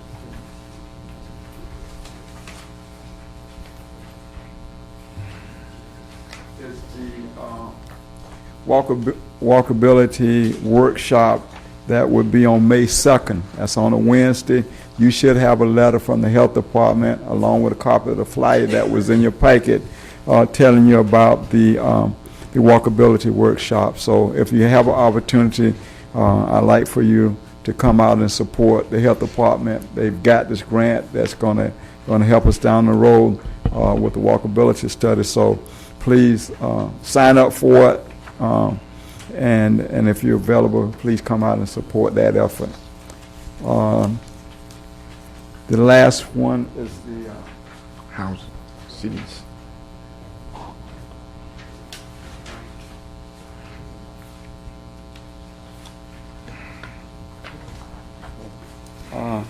let me talk about this one first. This one is the City of Daytona Beach Development Administrative Service Economic and Community Development. They're having a community resource fair. That's going to be on Thursday, April the 12th, and that would be from 4:30 p.m. to 6:30 p.m. at the Dickinson Center.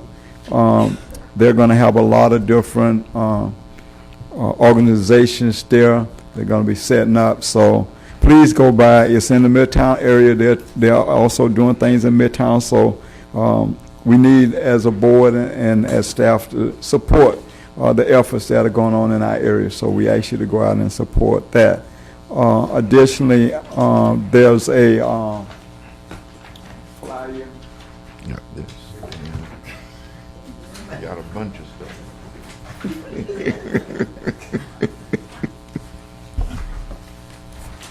There's a flyer related to Larry Hansfield Athletic Training Center. The date is Thursday, April the 26th at the Dickinson Community Center. This has been it's a community meeting that's being done by Bethune-Cookman University.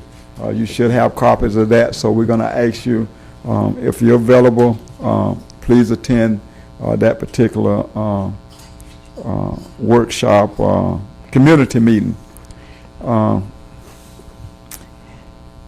In addition to this, we had one of our local business persons pass last week, Mr. Ezel Carver, as a sort of tradition that we started a couple of years ago.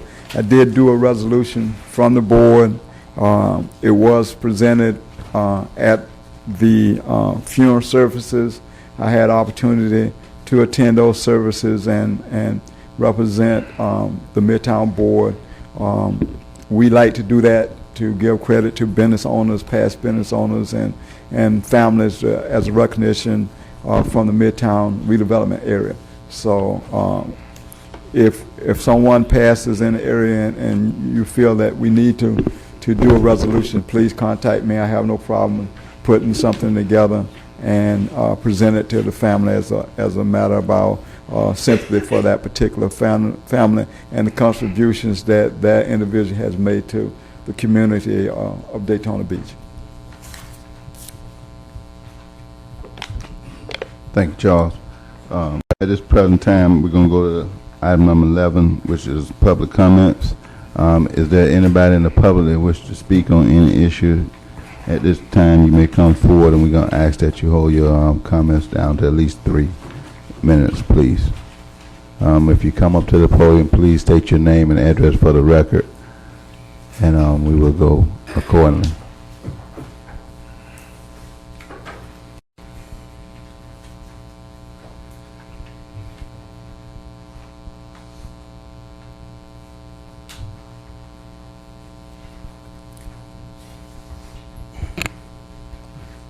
Good evening. Good evening. Chairman of the board and board members. I'm Darnell Troutman, 327 Jefferson Street, employee at Volusia County School Board.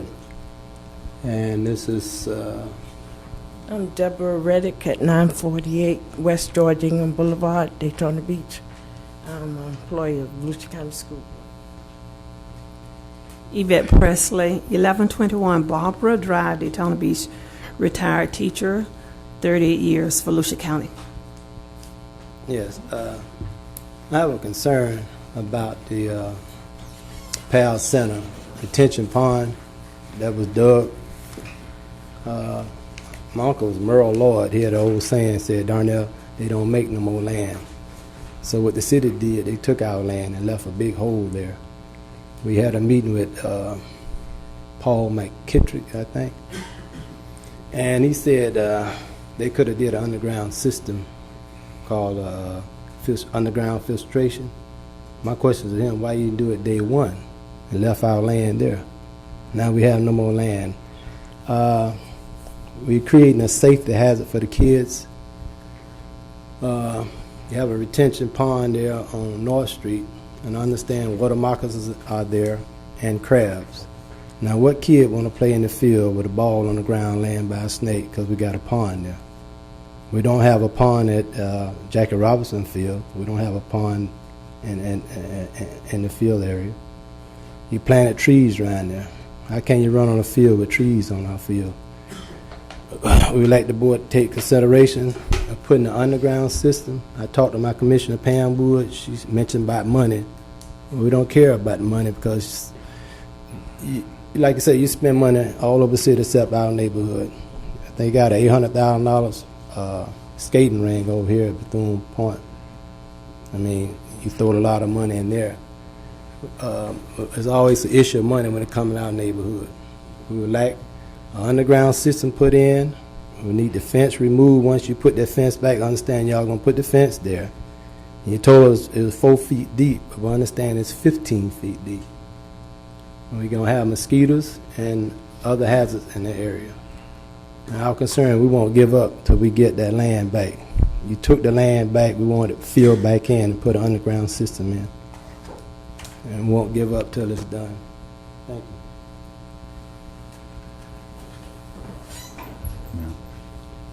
The only thing I like to say is that the area, I've lived in that area now for 7 years. I decided to purchase my home there because of the children that played in that neighborhood. And I saw Bonner being taken from our community, from our children. And every day something is being taken from our community and nothing's being given back. My purpose for purchasing my home in that area was because there was children in the neighborhood. I've been working in the county now for 30 years. I enjoy coming out of my front door watching the children play, seeing the excitement on their face, playing on the basketball court, which now they can't play because there's nothing there. It's being patrolled by the police department.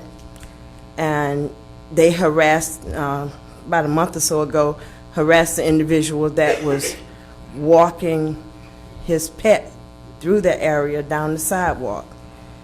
And these are things that are just being taken from us and not being considered or not being put into their plans. I understand there's a master plan, but we also need to be considered in that master plan. If it's a historical site, then let our children, as I grew up in that area, let me remember what we had. Let our children that's coming up now remember some of those things also. And that's all I have to say. Thank you. Thank you. I grew up on Pine Street, and we were relocated due to urban renewal.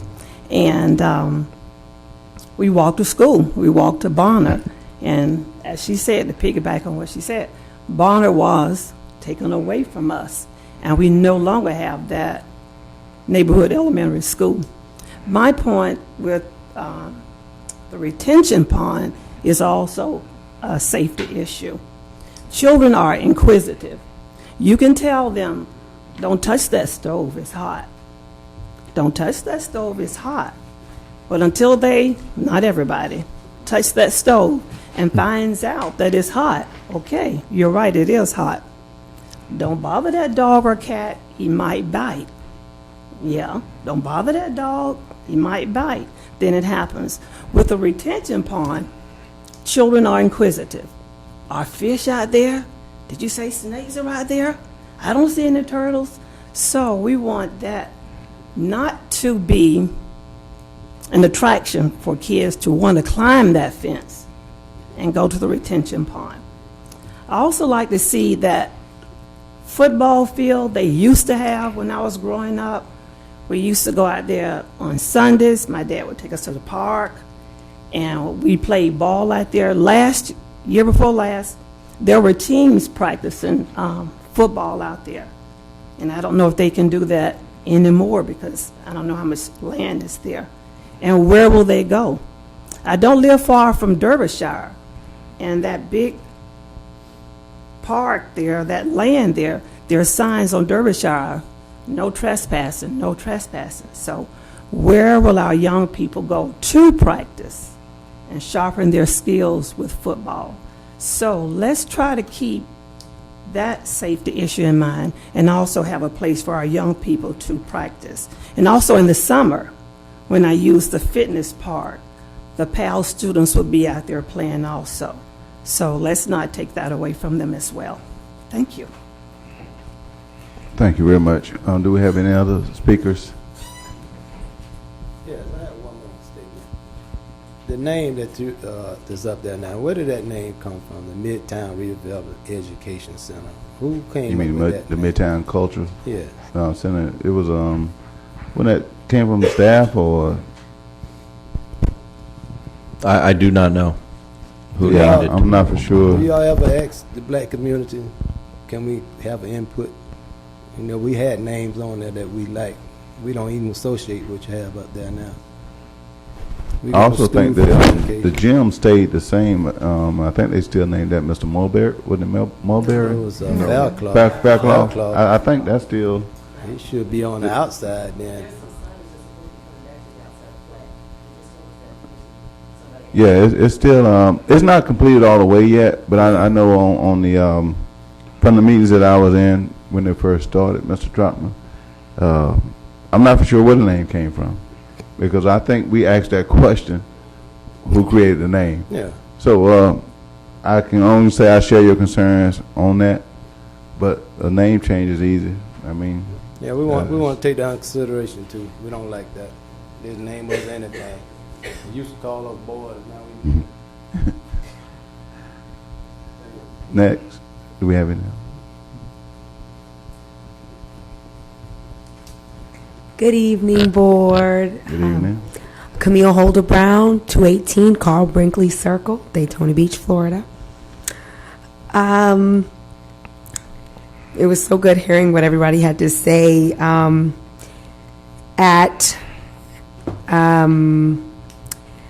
At Bonner on Sunday, April 22nd, we're having the first Earth Day of Daytona Beach. We have a lot of people coming out from the community. We don't have big funding for this event. Vendors are free. We just ask people to have eco-friendly things that are going to be healthy for our community. That's all we're asking. You can't, if you're selling food, it needs to be vegetarian food. You can't put it in styrofoam containers. So we're going to have performances. It's free to come in. We have Bethune-Cookman students doing a sundial. It's to benefit the community garden at Bonner, which has, well, the Child's Academy, former Bonner, but the garden is called the Bonner Community Garden. And the plots are completely free at the garden. We're having different workshops, food demonstrations. We're going to have giveaways. We're going to show Midtown Eco Village. My husband and I have Midtown Eco Village. We're going to be there giving away some smoothies, and also we're going to show a movie called Food Inc. I don't know if anybody attended the last Smoothies and Movies event that we did in Daisy Stocking Park, but we're going to have another Soul Train line and get people moving and just try to have a lot of fun. I definitely empathize with the brothers and sisters that were saying that they don't like things being taken away. So we can't complain. We have to slowly, what is rightfully ours, we just need to just start claiming it. So we have the garden and just host events there. You know, the director over there is she's been very easygoing with us, and we can continue to do events there, whatever we want. So the Stowe Bonner, and we just, I hope people come out to this event. I asked Mr. Harper to put a schedule in and let people know about it in the papers. If you go to church, you can put it, a flyer in your bulletin or hanging it up or take it back to, the different housings. And like I said, if anybody's interested in vending some nice Midtown cultural shirts, Miss Heard, if you'd like to have a free booth or have somebody out there doing that, a lot of people would love that. It's fun for the whole family, and it goes on from noon to 6 p.m. and it's free. I think like some people are going to be selling corn and stuff for like a quarter. It's not like, so come after church. You can have a good time. Anybody have any questions for me? What time does it start? It starts at 12 noon, but I know people are coming after church, though. But the vendors will be set up at 12. And repeat the date again. It is the actual Earth Day, which is April 22nd, and the website that my husband designed is Daytona Beach Earth Day Festival, DaytonaBeachEarthDayFestival.com. We're going to be giving away some prizes. I know I'm going to give away a blender and a basket of fruit from Midtown Eco Village for some people to make some smoothies. And we're just going to keep it moving. Like, you can see me if you'd like a flyer after. Thank you, board. Keep up the good work. Thank you very much. Thank you. Paula Reed, 861 Magnolia Avenue. Mr. Chairman and board, staff, good evening. Good evening. Very good meeting tonight. Thank you. What I'd like to say is in regards to the villages of Halifax, please stay on top of that. Because if you've ever driven down Keith Street, it's very small. So to have that influx of an additional 140 cars to come down that street to go into that one entrance, perhaps if we have two entrances like we have. And I think in lieu of what Mr. Attorney Moore shared with us this evening, the historical fact regarding why that wall was there in the first place, is something that perhaps we need to take under consideration whenever we are thinking about doing some redevelopment. Because that historical context of why that wall was there needs to be taken into context when we're thinking about doing our replanning. Public Works. Sounds as if we're making some progress. If it takes a Band-Aid, then hey, let's fix it. Because I tell you, I detest driving down Orange Avenue and MLK. And those are corridors that are in our downtown or Midtown. And also handouts. We come to this meeting to be a part of what's happening with this meeting. So staff, let's try to make sure we have enough handouts for everybody so that we can see what you're looking at and appreciate where you're going with your thought patterns. And then lastly, continue to refer to the master plan whenever you're doing something, just like you're doing already. Because I think if you stay on track with that, we'll stay on track with what we desire to accomplish. That's all I have for you tonight. Thank you. Thank you very much. Oh, I got those. When the gentleman from Public Works did it, you had to give handouts to the board. That's why I said staff. That's not necessarily you. But whoever is presenting, they should have the handouts. So in his absence, if you would pass that on to him. Okay. But it would be nice if he had enough so we could have followed it during the time. So we just want to show it up. Because he didn't have enough of the board. I agree. Okay. My. If any more comments? If not, we're gonna move on to item number 12, board comments. Ms. Benjamin. Very good meeting, Chairman. And the time is now 8:10. Thank you. And thank you. Ms. Simonette. What my big concern, and I've noticed this, and I don't know, maybe I said something about it, on MLK, not MLK, on, MLK and Orange Avenue. During the Easter, there was a little booth set up there where they were selling items, and I know that was not supposed to be there. Easter basket. Yeah, Easter baskets and clothes and purse and everything is being sold there. I don't know how we control stuff like that, but, that was one of those things. That's a part of code enforcement. One of the things that you have the right to do is you can always call code. I think every board member should have code enforcement number. If not, make sure you send an email to Charles and he'll email it back to you. Okay. Any other questions? Oh, that's my chief piece. They always seem to have little stuff going on. Comments, I'm sorry. Yeah. Thank you. Mr. Wilburn? Couple of things. I'm new to the board, so I've been kind of sitting back and just observing and feeling my way through this. But there's concerns that I have. One of the concerns that I have is how this plan is being implemented, and how everything that's going on around it is shaping up. And I don't like throwing good money after bad money. As they say in construction, you stop on a dollar with a dime, because we start something that is not consistent with the plan. And I don't know how we remedy that. Mm-hmm. But we need to try and figure out if this plan is indeed a plan and it is eventually going to come into fruition. We need to find a way to make sure that everything that happens prior to that plan coming into fruition, or at least starting, that is consistent with the understanding that that plan will eventually come into fruition, so we don't have to come back and undo stuff or just simply deal with whatever we have, even though it's inconsistent with the plan. And so that's it's been a concern for me. Another thing that's been a concern with me as far as the board is concerned is to maybe for us to become as a board more proactive in trying to implement the things that we're trying to implement. And by that I mean maybe start researching some boards that are similar to our own, that are outside of this community, that are facing the same dilemmas that we're facing, and instead of reinventing the wheel and trying to research to find some suggestions that have already been successful, that will keep us from bumping our heads, when we come up against the same things. And so those are some of the things that have been kind of concerned me. Okay, point well taken, but to give you an idea, that's why we're going to have this workshop, because it'll bring you up to speed on where we're at, how we're getting there, and the direction that we're trying to go as a board. Right. Because eventually the board is going to change.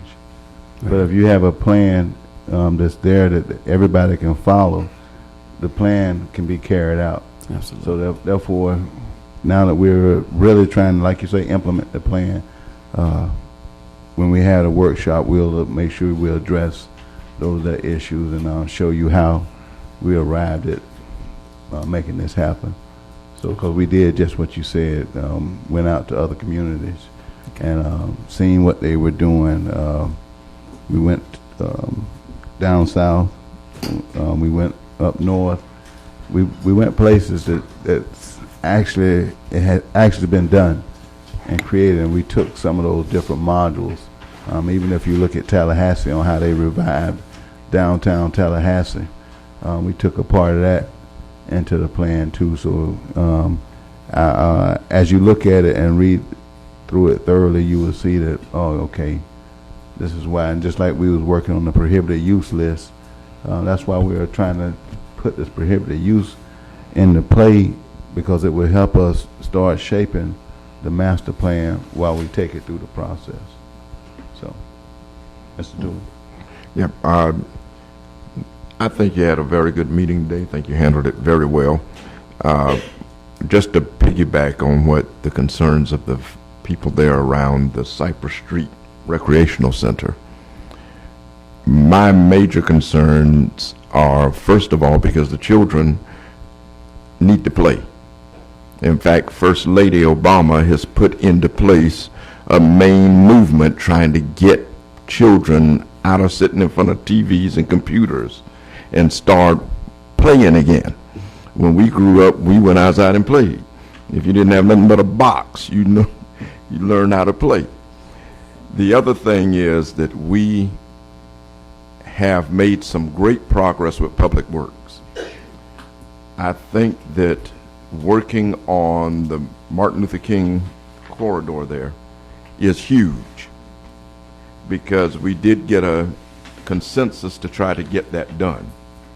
The one thing that I'm really not happy with, and I guess we all need to go to TRT and to find out what's going on in that regard, is the traffic flow situation with Keach Street and Caroline, because I just can't buy that it can't be done. No, it can be done. We just need to go ahead and do it. But those are things that I know that it's going to take time to work through. But I do want to compliment the board and the chairman for wonderful meeting. Very good. Thank you. Any more comments? Ms. Hurd? Just a few. I would like to say I really enjoyed the meeting tonight, Chairman. Thank you. You're welcome.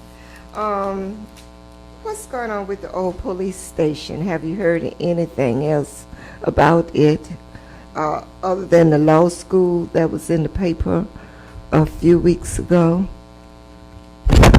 Did you read it? Yes, sir. It's from my understanding that it's actually going on the city commission April 18th. Agenda they're going to be ready to prepare to send out an RFP.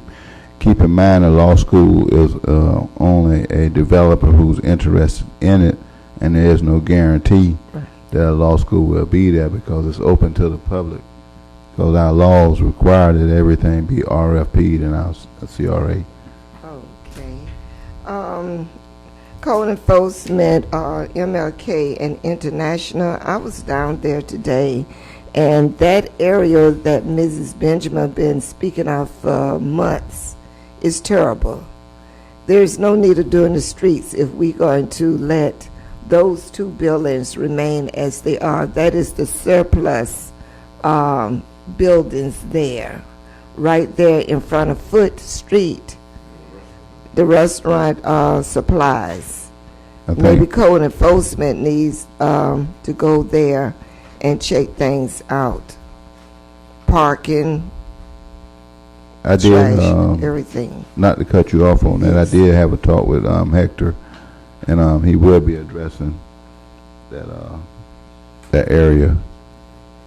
And as far as the Easter bunnies and baskets and everything, I mentioned that Valentine was the same thing. And code enforcement probably needs to talk to the ownership. You cannot do anything unless the owner or the manager lets you set up. So we need to go after that person. Okay. Well, I applaud that we are really concerned about cleaning up our community as a whole. And if you ride down the streets in Midtown, I think you can see a difference. And I think each and every one of you are making a difference by talking to the different code enforcement, reading your material. Your ideas are greatly appreciated, and I think that we're really trying to implement not only your ideas but the community ideas.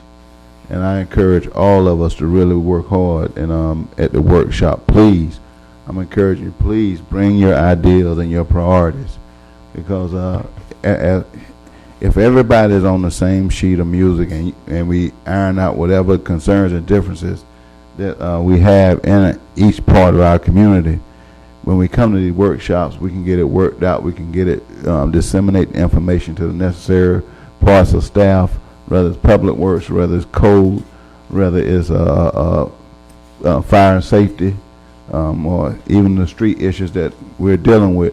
And the consensus that I got tonight is that we're all concerned about how they're dealing with traffic in our communities. So I want to make sure that when we have this meet and read, that is open to the public with that street situation on on Daytona Village over there.